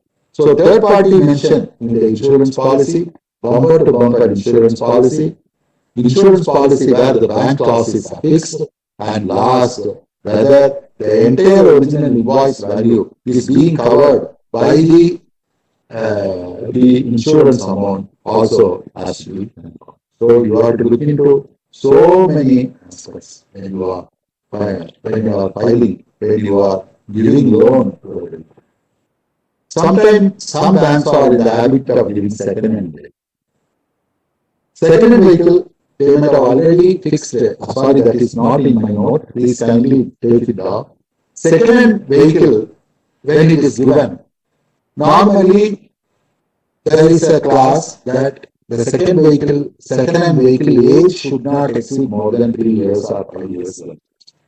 First, you have to see the original RC book, whether the second-hand vehicle qualifies for that. Once that is done, the particular vehicle has to be valued by any approved vehicle dealer valuer. There are chartered engineers that value this vehicle. And whatever the value they are arriving at, on that vehicle, you can do only 75%. Suppose if a particular person who is selling the second-hand vehicle say that I am going to sell my vehicle for 4 lakhs, but a chartered engineer has valued the vehicle only as 2 lakhs, then 75% of that you can give him only 1.5 lakhs. So even if you say 4 lakhs, you can give him only 1.5 lakhs. And this 1.5 lakhs and the remaining portion he has to put into the savings bank account, and 2.5 lakhs plus your portion of 1.5 lakhs, put together you have to make the payment to the seller, and there should be a stamped agreement between the seller and purchaser stating that I am agreeable to sell this vehicle with this chassis number, registration number, engine number for an agreed price of so and so. Like that, there should be an agreement, and based upon the agreement only, you have to arrive at the loan amount. Also, you have to take into account the assessed value by the chartered entities. So when you give second-hand vehicle loan, you have to go through doubly careful because the early RC book should not carry any bank loss. If there is a bank loss, you have to ask the particular borrower to go and get it cancelled from that particular bank. Unless he brings the cancellation of the lien marking, you are not supposed to lend on the vehicle because still he holds good on the lien. Although there is a sale between these two, still he holds good the lien. Probably might have not exposed that there is a bank loan. This fellow might have also not looked into the RC book. So you have to thoroughly scrutinize the RC book to confirm that there is no lien marking as far as this vehicle is concerned. And once you are convinced, you can give, depending upon the assessed value of this, you can give. This is how the vehicle loans are. So this all we issued confirmation. The payment should be done only through a demand draft or through EFT, not direct cash payment through the account should not be done. Majority of the bank branches, they do this nonsense also. They simply release a loan amount to the SB account. The fellow might have taken it for some other purpose. No vehicle inspection. Another important thing is, once you are advanced for a vehicle, within the prescribed period, a vehicle inspection report should be submitted by you stating that I have physically verified this particular vehicle, the chassis number is correct, the engine number is correct, the registration number is correct, and all these things you have to take along with the photo and keep it as a part of the document. Vehicle inspection report, unless you take, you cannot confirm that the purpose for which you have lent, it has been properly utilized. If the end use, it is not properly utilized, then you are exposing yourself to accountability. So, payment of any loan can be given only to the account, not to the account. It should be given to the account of the dealer by way of a demand draft or by way of NEFT or RTGS, not by any other. And due confirmation immediately on payment, the receipt should be handed over by the dealer, stating that he has received the money from the borrower, what is the total amount of money, and the vehicle has been released. The receipt part is also equally. Okay, this is in respect of the vehicle loan. Now we are coming to the housing.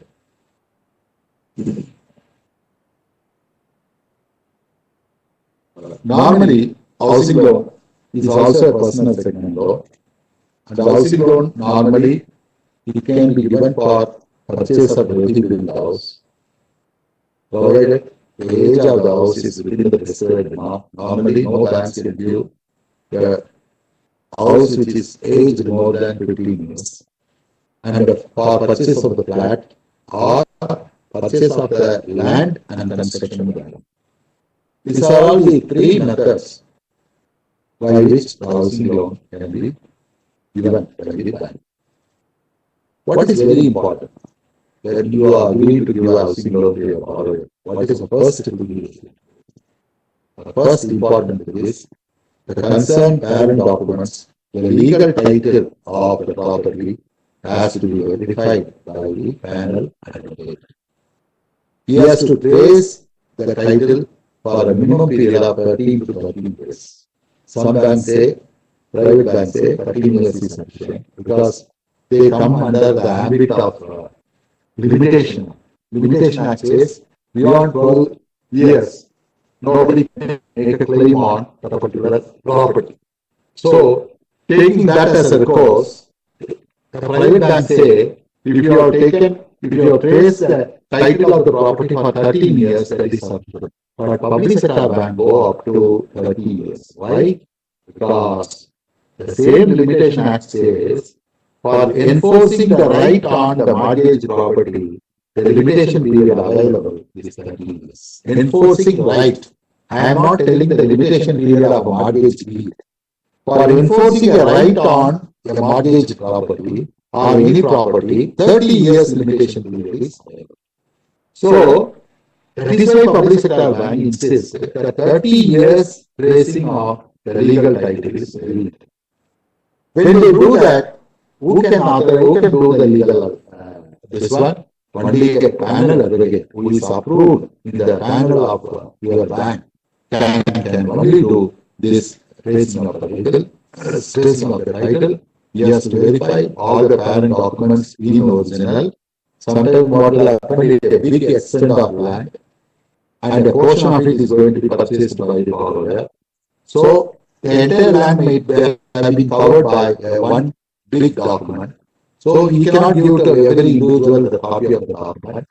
So in those cases, it is a responsibility of the bank official to ask the seller to come and show the original parent document for his satisfaction. And he has to affix saying that the true copy, the original is verified by me personally, like that the bank manager has to affix. If they fail to do so, they are exposing the bank to a credit damage. Why? Suppose if the large extent of the land, EMG is created in favor of another bank. EMG means equitable mortgage. If the equitable mortgage is created in respect of another bank, and somehow this fellow managed to get back the title deed from the bank official and came and showed, you may say, go to the bank saying, sir, kindly give me my parent document for just about 2 hours. I'll go show to another bank and read it back to me. The bank official is a very good customer. He's having so much of the balance in his account. So he will come and hand over the document to him. He will come and show. We will be satisfied. The physical possession of the document is with him. So we will say the title is clear. We will say original is verified. Because the greatest disadvantage in Kerala is that EMG, Kerala or any other state other than Karnataka, Tamil Nadu, the EMG is not registered with the registrar. Advantage in Tamil Nadu and Karnataka is that if you apply for encumbrance certificate, it will clearly show that this particular property is already mortgaged to such and such a bank.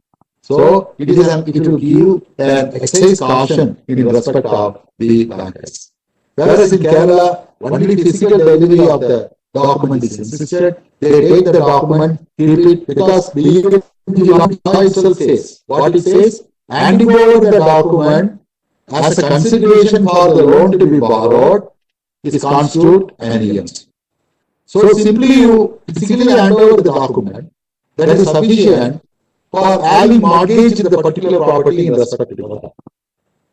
The property, the particular deed might have been removed by him and came and showed to the advocate or to the bank official and again gone back to the safe of the bank. What is your exposure? So it is a responsibility of the bank official, the lawyer, to retain the original document at least for a period of 1 day, because no bank will permit him to keep it beyond. Otherwise, ask. Suppose you say it is mortgage and a portion of it you are going to sell, and the sold property is going to be credited to the loan account, then you take a letter from the bank for all this effect. You bring the letter, then we can consider that particular aspect. So, tracing of the title, original verification of the title deed is part and parcel of the job of the advocate. Then what else he has to see? He has to see whether the encumbrance certificate is available. For till the period the scrutiny is carried out, it should show the clear transaction. If he has placed the title for 30 years, the 30 years EC should be taken, and each and every entry which is appearing in the encumbrance certificate should correspond with whatever the title he has placed. Then, pata in respect of the borrower or seller. Then, pata, tax paid receipt. All these things should be made available. Suppose if he is going to purchase a land and construct a house thereon, then he has to bring in also the estimate of the plan approved copy to the concerned authorities, and also the plan, how much stage was, what is going to be the cost involved. Like that. So when you purchase a land and then construct, all these policies are to be followed. Unless you are satisfied with all these things are coming in right, you are not supposed to leave. Now comes the greatest thing for us. Kochi and all the places in Kerala, they have a novel method of giving loan on, especially State Bank of India, HDFC.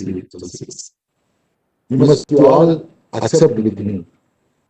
When a builder goes for construction of flat, he gives, and the particular applicant wanted to avail a loan from the bank.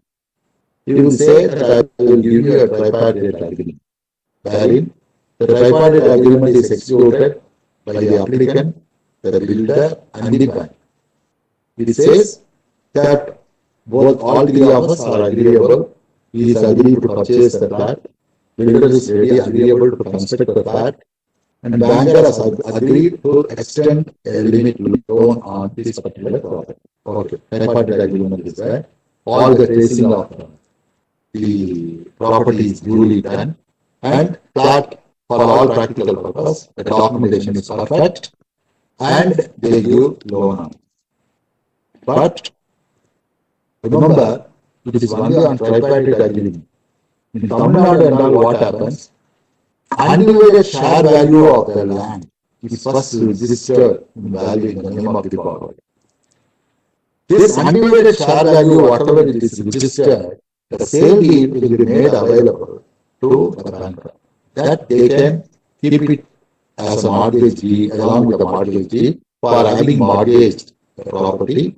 Once you say the hen is belonging to us, the egg is also belonging to us. The house, if it is going to be constructed tomorrow on this undivided share value, the particular property is going to be our property. That portion of undivided share value when you own, the property standing on that also becomes your property. But in Kerala, what I observed is a major lack. There is no undivided share value registration. What they say, they will complete the construction of the entire sale, construction of the flat. After that, they will apply to the municipal corporation for number. And once the number is given, what they will do, they will go with the number for registration with the registrar authority for flat registration. This is what I have observed. Now, what happens, I will tell you. The no builder on the earth will register. Suppose if the price is 80 lakhs for a particular flat, he may not like to show the entire 80 lakhs as a sale. At the time of registration of the flat, he may show only 50 lakhs as a registered.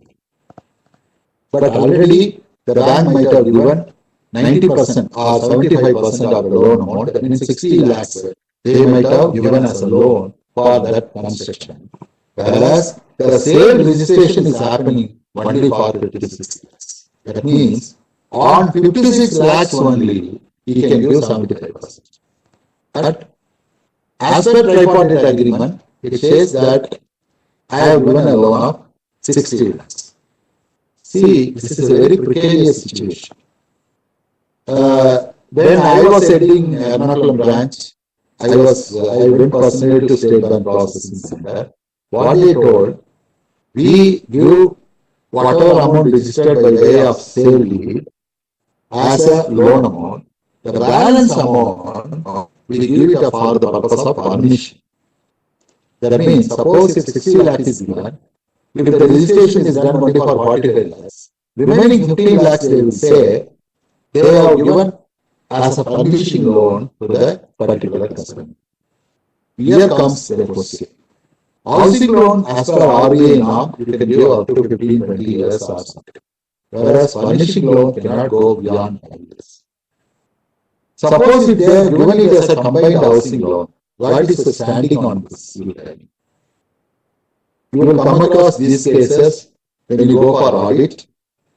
When you go for audit, you will come across this type of cases a lot, where tripartite agreement is given, and when the sale is registered, the sale might have been registered for lesser value than the original sanctioned amount, released amount.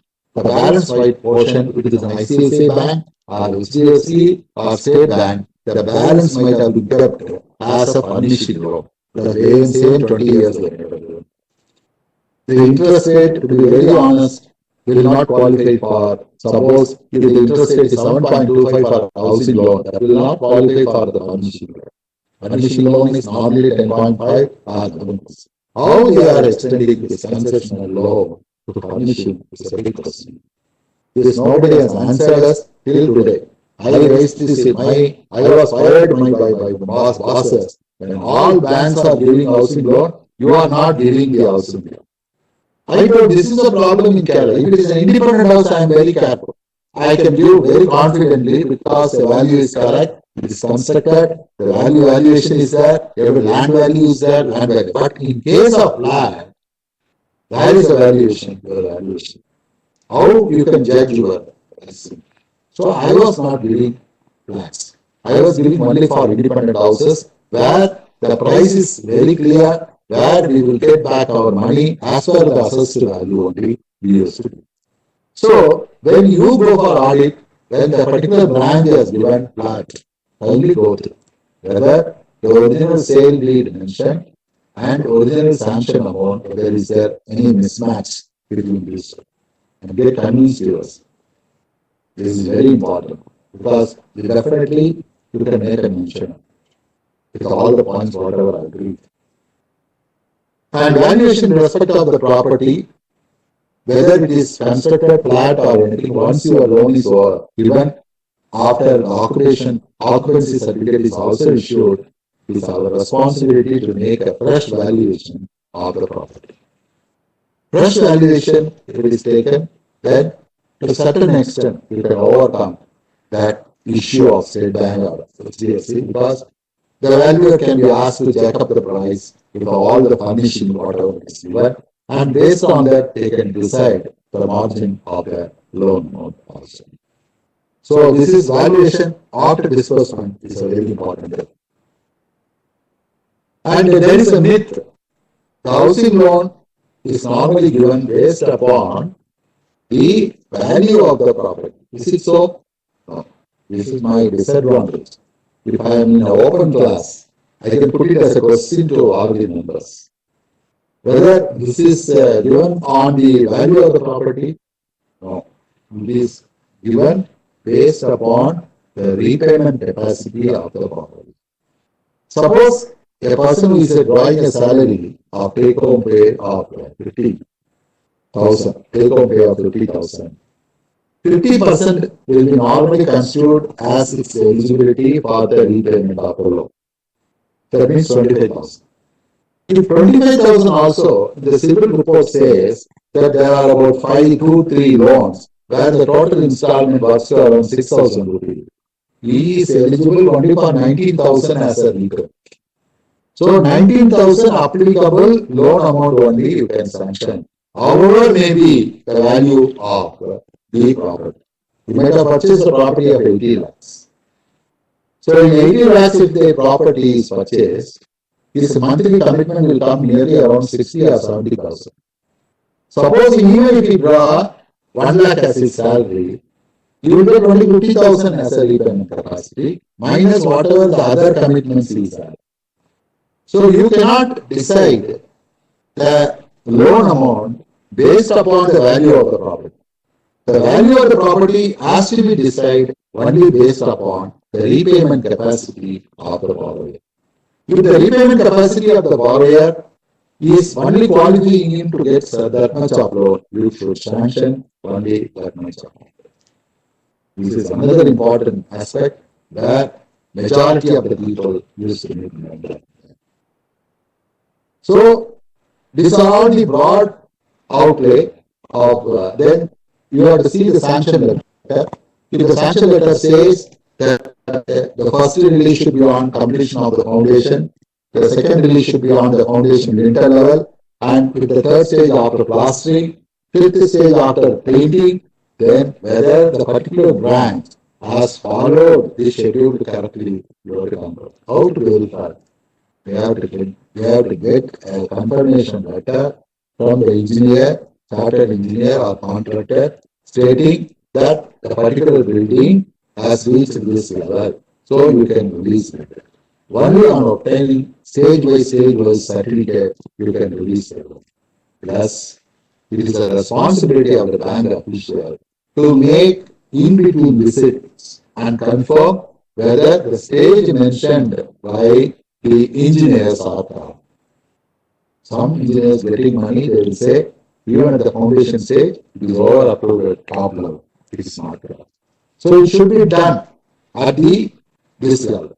Sorry, 1 second, please. Will obtain in respect of the housing loan. Now, the very first important is term loan agreement. There is no DP in here. Term loan agreement, because any housing loan which is given more than 3 years old.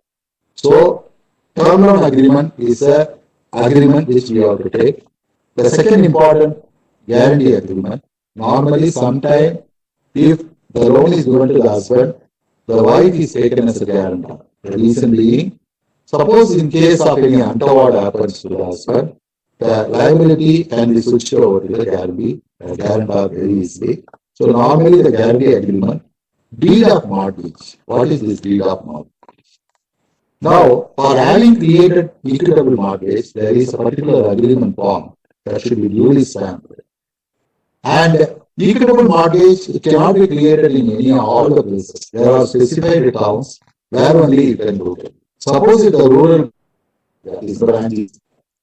rural branch has given housing loan and taken deed of mortgage in that place, they cannot do it. Deed of mortgage can be done only in the specified town. For example, suppose you take in Erupuna an housing loan, the Erupuna branch cannot execute a deed of mortgage. We have to come to nearby Ernakulam branch and then execute the EMG only there. So the equitable mortgage, place of mortgage is very important. It should be the specified town where it is mentioned. So you have to be very careful when you take the deed of mortgage whether it is properly mentioned. There it will say what are the terms of the payment. It will say what is the amount of loan sanction, what is the rate of interest, what is the schedule of repayment, and how the schedule repayment commences. With if at all any holiday period is there, that will be also mentioned.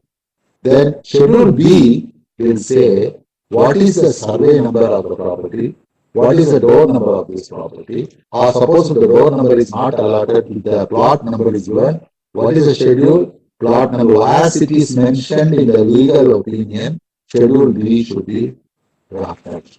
There should not be any mistake, there should not be any deviation from the legal certificate what it is given and what we are entering in the deed of mortgage.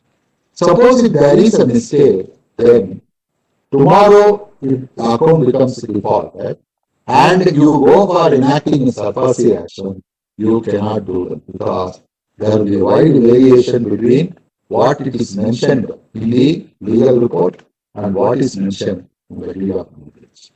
So whatever you write in the Schedule B about the property detail, it should be exactly as it is appearing in the legal report of the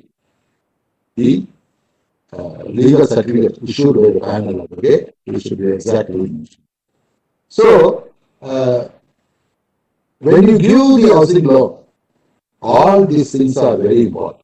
Term loan agreement, guarantee agreement, deed of mortgage, legal opinion, valuation certificate, and suppose if it is an undivided share value is registered, whether the sale deed in respect of the undivided share value is already held by the branch and mortgage deed is created out of that particular undivided share value also to be ensured.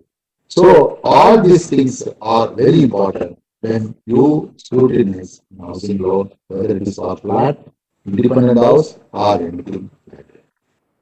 Sometimes some business people will come that I am already owning a property. I want a mortgage loan out of this property. Again, there is some difference between housing loan and mortgage loan. Housing loan is a development priority sector loan, whereas a mortgage loan is really it is a commercial loan. It is not coming under the priority sector lender. So concessional interest cannot be applied as far as mortgage loans are concerned. While all the procedures I have mentioned in respect of the housing loan will also be applicable to mortgage. That means I told, so you take term loan agreement, guarantee agreement, deed of mortgage, legal opinion, valuation, everything is applicable. The quantum of loan is again decided only by the declared income in ITR. Whatever the income tax return he has declared for the last 3 years, the average of that only will decide however may be the mortgage value, however may be the value of the property he is giving as a mortgage. This is also a myth. All the people say, I am giving 1 crore of property, whereas this fellow is giving only 20 lakhs as my mortgage. Yes, you will get only 20 lakhs. Because probably 20 lakhs, whether you should have the capacity to repay 1 crore, where would you generate the profit? That is, can be evidenced only by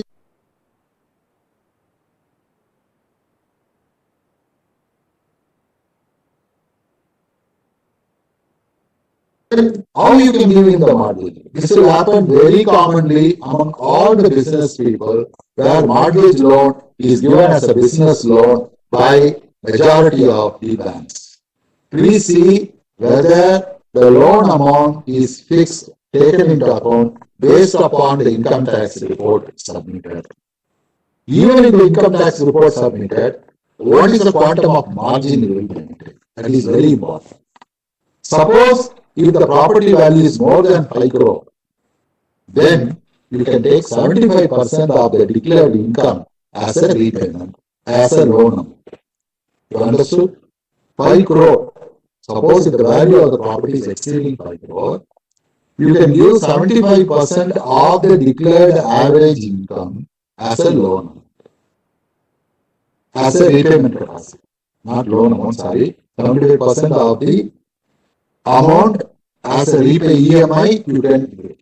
Suppose if the value of the property is less than 5 crore, then you can give only 65% of the declared income as a repayable EMI for the corresponding loan.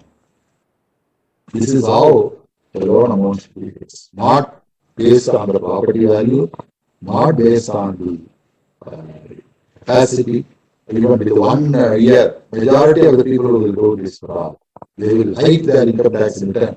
The year they want to avail the loan, they say I have 20 lakhs income, they will give. Somehow they will manage the income tax also. But prior years you see 3 lakhs or 2 lakhs monthly. To get a loan, they declare huge amount as a loan and they will try to demand.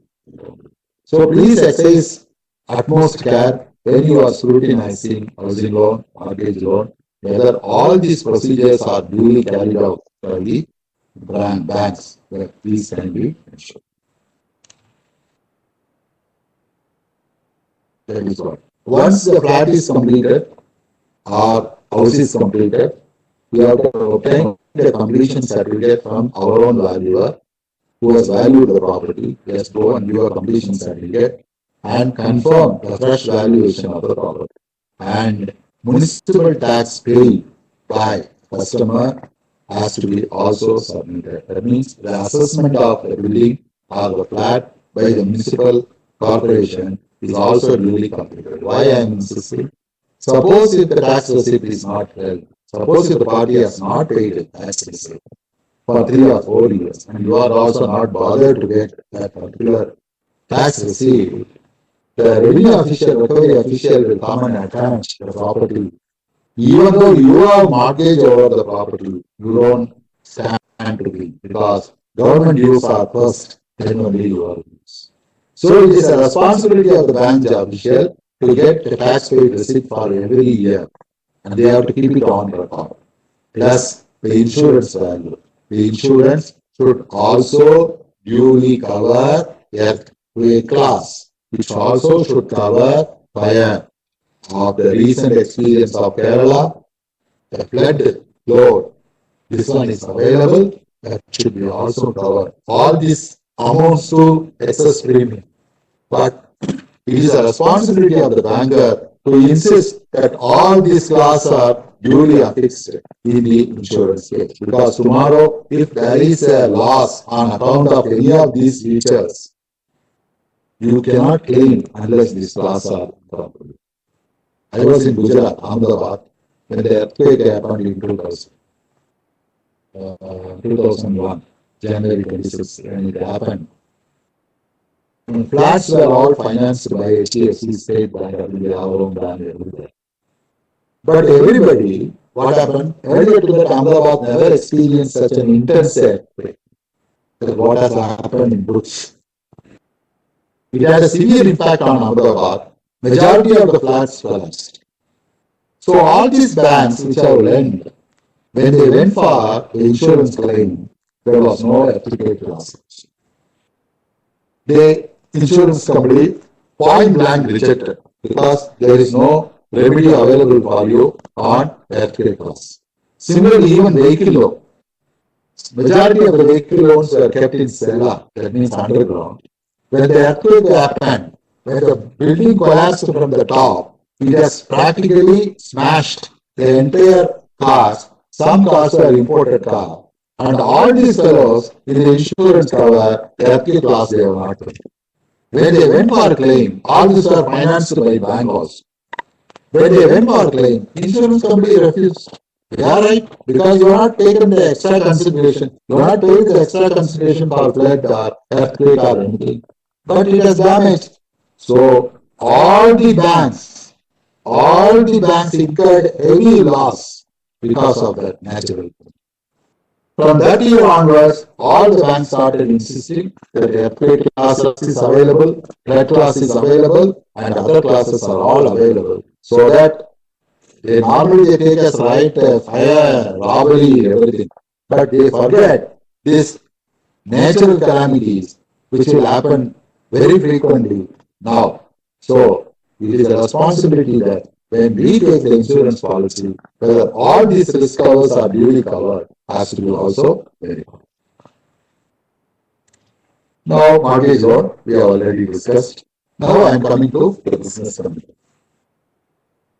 So normally, the business community, they require loans or working capital requirement, or for the fixed asset purchase like machinery, building, or anything. Working capital limit assessment, it itself is a big chapter. It can be discussed for 3 hours. But you know, I need not have to say all this. So, working capital, when you go for the documentation, the loan amount sanction, whether it was assessed properly, whether the process note, how the calculation in respect of the working capital has been derived, you have to confirm that. If you are not confirming whether the particular working capital assessment is not done correctly or something, then you have to insist on the process. Normally, you must be knowing that all the banks, when they give, hello, is there any issue? Only one question, sir. Shall I? Please, sir, please. Loan for construction. Whether the latest tax paid receipt is enough or need to get all the receipts. Latest is sufficient because normally when they go for the tax, if the prior taxes are pending, normally they will not permit them to pay. No tax authority will permit you to pay. So, if the latest tax receipt is held, that is more than sufficient. Okay. Hello? Hello? Hello? Hello? Clear, sir. Clear, sir. Okay, sir. Okay. So, working capital assessment, you have to process note very, because you must be knowing that nowadays any working capital limit which is not sanctioned at the branch level, there is a separate hub for that. The grid committee. The grid committee has to approve the sanction, and when they assess, they have to go through what are the negatives mentioned. They have to go through that. The grid committee, if they have observed any negatives in respect of the calculation or in respect of the very, it's our responsibility to make a qualification in your state. So working capital assessment, if it is done correctly,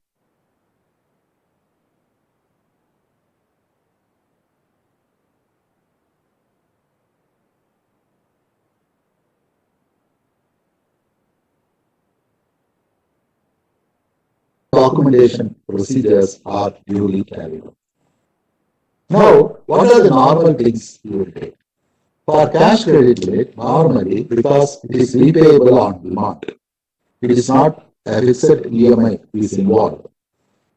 Normally, the banks will take only demand promissory. And also, they take the immediate matter. Along with that, a common deed of hypothecation agreement they will take. What this common deed of hypothecation says? Common deed of hypothecation says that whatever the primary security mentioned in the sanction letter as a primary security, like stock, good debts, etc., whether all receivables, whether all these things are should be noted down in the common deed of agreement. Because common deed, if you see, there will be similarly Schedule A, Schedule B, everything there, and Schedule C for the repayment. Schedule A will say very clearly what are the terms of the sanction, nature of limit, your interest rate, what are the type of loan you are giving, how much margin you have to maintain with respect of the stock, how much margin you have to maintain with respect of the book debts. Book debts, if it is you are taking, how much age permitted, 90 days or 180 days will be mentioned, and whether periodic statement of book debts should be certified by the auditors, that will be also reflected. Everything will be mentioned in Schedule B. Schedule B will say what are the things they are giving as a hypothesis. It will say the stock statement, stock means we have stock. Second, we have to mention about what is that, suppose the book debts are receivable, everything we have to mention.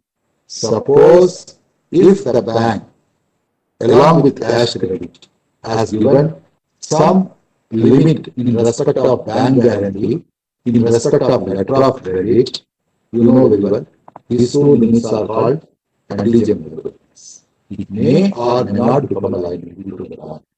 But when they take a common deal, they incorporate also the bank guarantee given, the LC given. For what purpose? Because whatever the primary security they are mentioning in the common deal is also equally applicable in respect of the bank guarantee, also in respect of the letter of credit.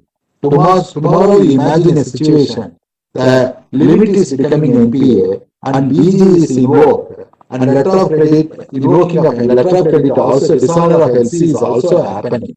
Then what is the remedy available to you? The remedy, because once it becomes, if you don't have any security, BG limit as well as letter of credit limit, whatever invoked, it becomes an unsecured limit.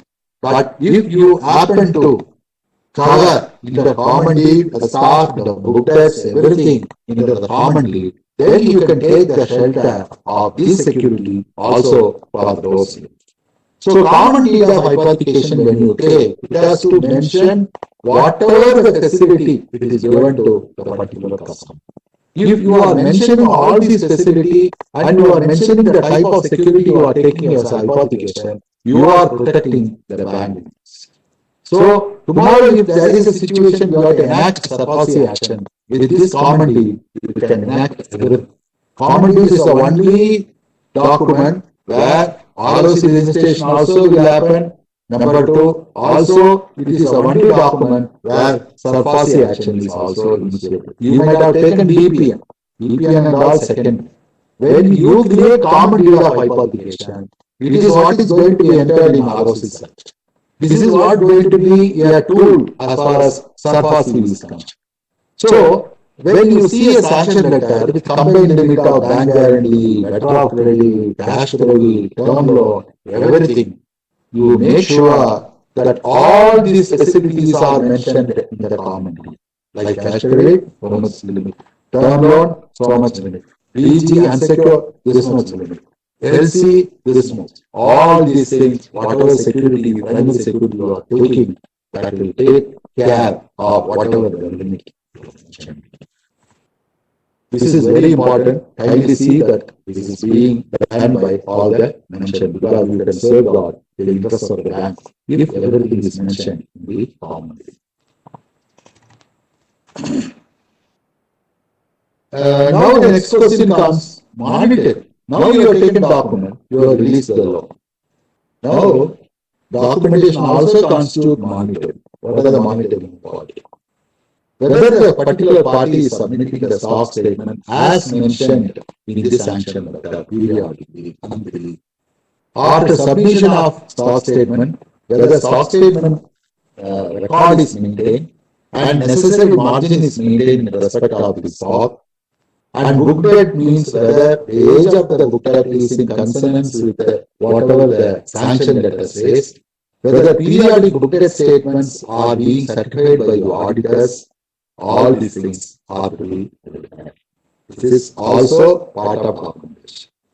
Second important say, nowadays no cash credit limit, no term loan agreement is given beyond 1 year. They say review renewal has to be carried at the end of 12 months. Review is in respect of the term loan, renewal is in respect of the cash credit limit. So whatever the procedure we are following for sanction of cash credit limit has to be invariably followed for renewal also. That means all the financial statement, all the stock statement condition, due diligence, everything again has to be carried out. When you see this year review renewal, when you go for audit, you have to see whether process notice is prepared, whether the grid committee has approved, if earlier any defect was there, this was rectified during the present course, whether all these formalities are nowadays sanctioning of cash credit limit happens every year. It is not renewal. It is sanction. It is sanction. Please kindly note. We simply say it is renewal. It is not renewal. Probably documentation can remain for 3 years. Demand, promissory note, everything can remain for 3 years. But the living condition of the limit is only happens every year, and it should be assessed as it is happening in respect of every cash credit limit. So it should be a part of your statement, part of your documentation. Process notes should be made available along with the documents, and due processing should be taken place in these cases. And whether the stock statement is submitted, whether drawing power is properly arrived, and a note is being prepared, whether DP is being calculated like that, whether that is mentioned in the cover note of the documentation. DP as on such and such and so on and so on. That should be invariably mentioned. Because that is only will be the proof that you are calculated the drawing. Although you can bring in the stock statement, drawing power, everything to the report. After a certain stage, the backup will be lying somewhere else. You do not have. So if the cover note, if you are mentioning the drawing power as on this date is, suppose the full limit is there, you do not have to worry. If there is a reduction in the drawing power, that should be invariably mentioned by way of that note. So the follow-up action, monitor. Next important is stock audit. If the stock sanction letter says stock audit has to be carried out every year, that whether you have to call for the report and verify whether working capital, whatever it is mentioned, whether this party is maintaining sufficient stock, if there is an absolute stock, if the sale register, what it is mentioned, is in consensus with whatever is being reflected in the stock audit. All these things have to be verified. So stock audit report also equally constitute a part of documentation every year. Again, it is like every year. Stock audit also every year. There may be some exception. Some controlling office might have given some exception in respect of the stock audit. You need not have to worry in those cases. So, stock audit verification is very important. Now, I am coming to important aspect, multiple finance, like Mukut or Manapurami. You might have taken all the basic document, common deal, DPM, take the review, everything. In addition to that, the working capital assessment, I told sharing of information. All the member banks has to share the details of their credit extender, and it should be ensured whether it is coming within the overall assessment done on the working capital. So assessment of the stock statement is very, very important. You have to make sure that stock sharing of information is taking place with a periodic interval among the member banks. The next important stage is stock audit. Multiple finances.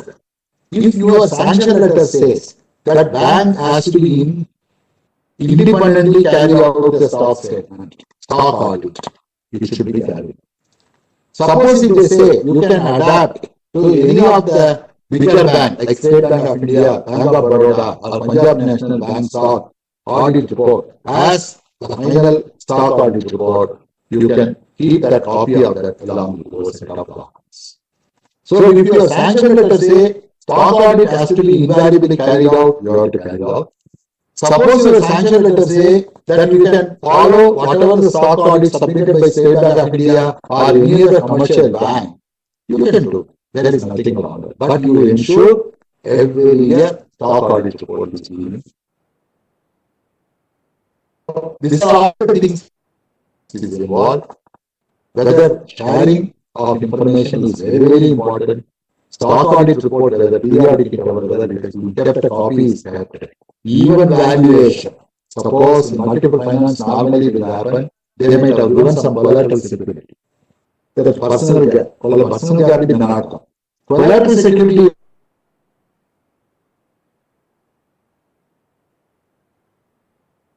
report from that bank also to be obtained by you and kept with your account because they might have given a continuing security. They might have given a power, they might have given you NOC for exercising the option of continuing security for that property.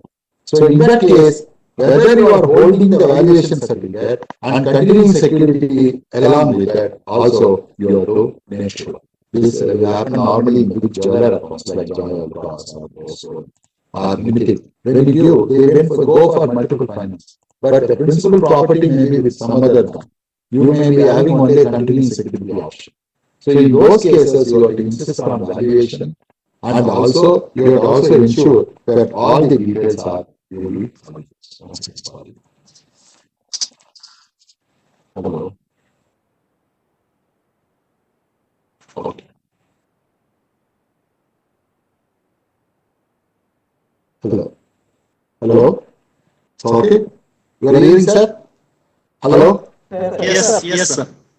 So, sharing of information in respect of the multiple finance, sharing of information, valuation, sharing of fixed asset mortgage, everything has to be kept along with the document when you go for the document verification.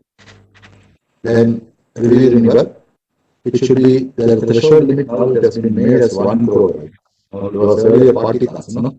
Now it is meant as 1 crore plus. It should be duly audited by a chartered accountant, and the auditor's signature has to be also affixed along with the papers, and all these financial papers should be also made available at the time of audit. And periodic unit visit, whether a particular branch official is making the branch visit, unit visit at a frequent interval also have to be recorded. This is what we told. 150 crore and above, the rule says that consortium has to be done. But the people are doing, they all prefer to go for only multiple finance because easy way for them to demand a proper way of demand loan can carry out. So this factor, sharing of valuation of security, all these things we discussed. So in the case of the term loan, what are, suppose if the bank has given loan in respect of machinery, what are the fixed assets, what are the documents you will take, term loan agreement, guarantee agreement, hypothecation of agreement of movable machinery, deed of mortgage. In case of fixed asset, all these things I have already told. If you are mentioning all this detail in the common deed of hypothecation, it will help you out in case of surpassing or any action. So you have to confirm that all these documents are taken and invoice. Suppose you have purchased some asset, whether performa invoice in respect of those assets are available, and again similar like vehicle loan, whether the payment is done to the dealer and the prescribed margin either is already paid or added along with your loan amount and given as a single payout to the dealer, you have to confirm this. So invoice of the asset purchased, confirmation of the payment to the dealer is also very important in respect of the term. Guarantee and letter of credit, already we told, it will be a part of your common deed, you have mentioned, but agreement for bank guarantee should be obtained. Similarly, agreement for letter of credit taking also should be mentioned. And it should be ensured no guarantee other than for government is given beyond 10 years. No bank is authorized to give guarantee beyond 10 years. And if it is only government on behalf of the President of India or commercial tax officer or sales tax officer, they can exercise this option of 10 years plus. For no other person, the bank guarantee is permitted because letter of credit, if it is given, any discount or financing on letter of credit is given, it is our responsibility that the bank has followed all the terms and conditions of the letter of credit. Confirmation of the letter of credit from the issuing bank or from the confirmation from the respondent bank is also available, and the proceeds are duly received and being apportioned to the amount of the loan which is being given, we should be ensured. But this can be also incorporated in bank of guarantee, the common deed of hypothecation, so that our claim on the bank guarantee and letter of credit should be also made very easily available. Even foreign LC, if we are doing, it should be also comes under the same agreement for the foreign LC discounted or foreign LC purchase that can be also kept along with the common loan deal of the government. Now coming to agriculture loan. Agriculture loan normally given by way of a crop loan, which is nothing but a cash credit limit. But not like 3 years what we give in those cases. It is depending upon the harvest season, the loan is given. So the DPN is drawn, demand promissory note is drawn as per the harvesting pattern, and it is valid till the harvesting pattern. So you have to take a crop loan, a cash credit, or a credit card. They say it as a cash credit card. If they give it as a credit card, same document they can retain for 3 years because it depends upon the limitation period of 3 years. And based upon the demand promissory note they are holding, they can give the cash credit limit with the use of the card limit. It means they can avail in installment basis also the limit. The basic document will remain the same. So what are the documents you will take? Demand promissory note, take delivery letter, hypothecation agreement of the crops. Whatever the crops is rearing, that should is all hypothecated to the concerned bank which gives the finance. Suppose if the threshold limit is more than 5 lakhs, normally agricultural land mortgage is also insisted. So common deed, the mortgage, deed of mortgage, as we have discussed in the housing loan, same procedure. Legal opinion, you have to obtain valuation, you have to take tax paid receipt, you have to take all these things, and deed of mortgage has to be created and kept along with the debt. But suppose if once you have taken and you are enhancing the limit, suppose 5 lakhs first you have given, now you are planning to give 20 lakhs, and the mortgage property is already there with a very good value, you can use that mortgage property as a continuing security. Only thing is you have to keep along with the document and another form called continuing guarantee agreement that you can keep along with the recent documents and kept it as a document system. So when you give the crop loan, you have to take demand promissory note, take delivery letter, hypothecation agreement in respect of the crops to be delivered, mortgage deed. Also, you can keep this set of case as a set of document for the purpose of the agriculture. The term loan. The term loan is normally given for the agricultural impediments like tiller, tractor, etc. They can be also given for deepening of, it is called development activities as far as the agriculture is concerned. Deepening of wall or what is it? Digging of the borewell. All this comes under the borewell. Under the development loan. Term loan is what we are going to extend for this. So in this case also, but one important condition, when you give term loan for the agriculture purpose, it should satisfy NABARD laid down norms. NABARD says, suppose if he is holding 5 acres of land, only he is eligible to get a tractor loan. Suppose he is holding only 1 acre of the land, but he says that I want a tractor, and if the bank official has given that, it is a disqualification. But sometimes what will happen, he may be holding 1 acre of land, but still he might have been given a tractor based upon the tenancy land. He might be already conducting tenant farming in respect of someone's property amounting to about 5 or 6 acres. Along with this 1 acre and 6 acre, if the tenancy agreement is showing and if the other party has also signed, then we can be given a tractor loan as per this. But the acreage, whatever prescribed for the purpose of the tiller or for the tractor, should be invariably followed by the agricultural lending branches. And along with that, if you are giving for deepening of borewell or development of what deepening of borewell or digging a borewell, there is no hard and fast assignment. You can give it as a term loan, repayment 7 years, everything you can give, concessional interest also you will get. But only thing is you should assess the area water position. There will be a laid down water scarcity. Every panchayat or all the panchayat office, municipal corporation will declare a few areas as a dry area where you cannot dig a borewell. That whether you are holding that certificate, whether this area is having success, we may come and show because it's very difficult. You will say, I have already digged and might have taken around 70,000, 80,000 loan from you. But probably might not have done at all. So there is a lot of misutilization of the fund that will take place. Suppose if the particular area is already declared as a dry area and there is no chance of rain, it is not a rain-fed area, it is not, there is a severe scarcity of the water, then extending deep borewell to that condition should be avoided.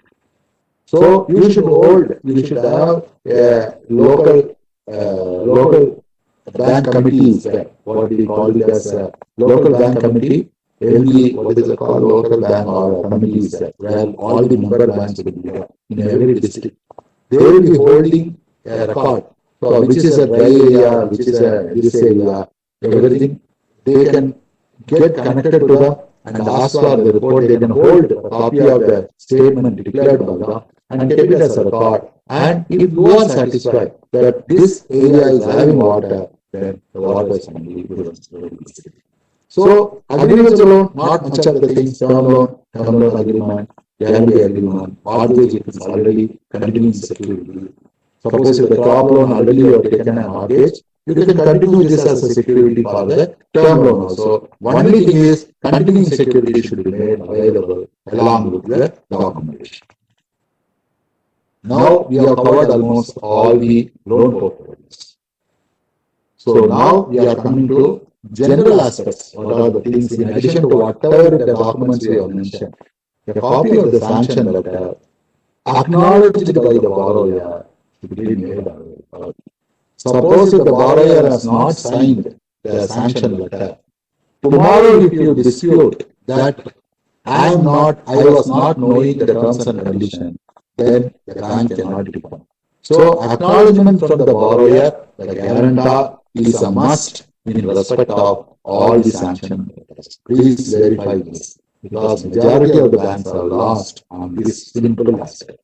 Okay. Then process of any loan being centralized. So all the review renewals, everything centralized. So there will be a process note available. LAP, you must be knowing, there is a, for retail loans, like that there is a package called LAP. LAS. That LAS report, whether it is held along with the document, and process note is derived as per the bank credit policy, whether it is properly calculated, it has to be seen. Civil report. Civil report not only say the character of the borrower, it also says what is his credit score. Every bank is having a credit policy. So suppose if the credit score is less than 800, the bank will say no loan should be given. If it is beyond 800 crore, 800 points, then you can give him loan like that. So CIBIL report will clearly say whether this particular borrower is having the eligibility to claim the loan amount through the CIBIL report.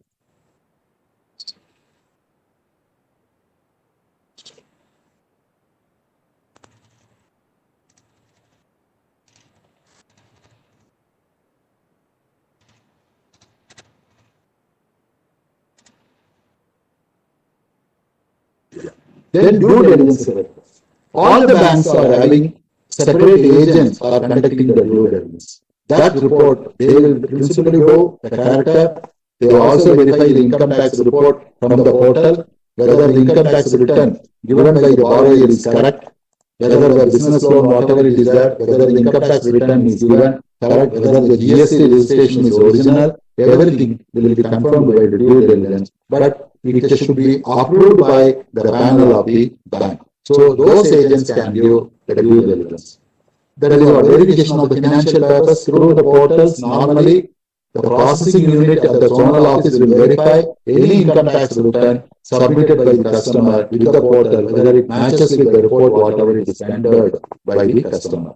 Pre-sanction receipt report, whether you are holding any loan sanction, whether pre-sanction report by the branch official is held, that is very important. And similarly, post-sanction also equally important, because whether any use of the loan, whether he has utilized for the purpose for which it is meant.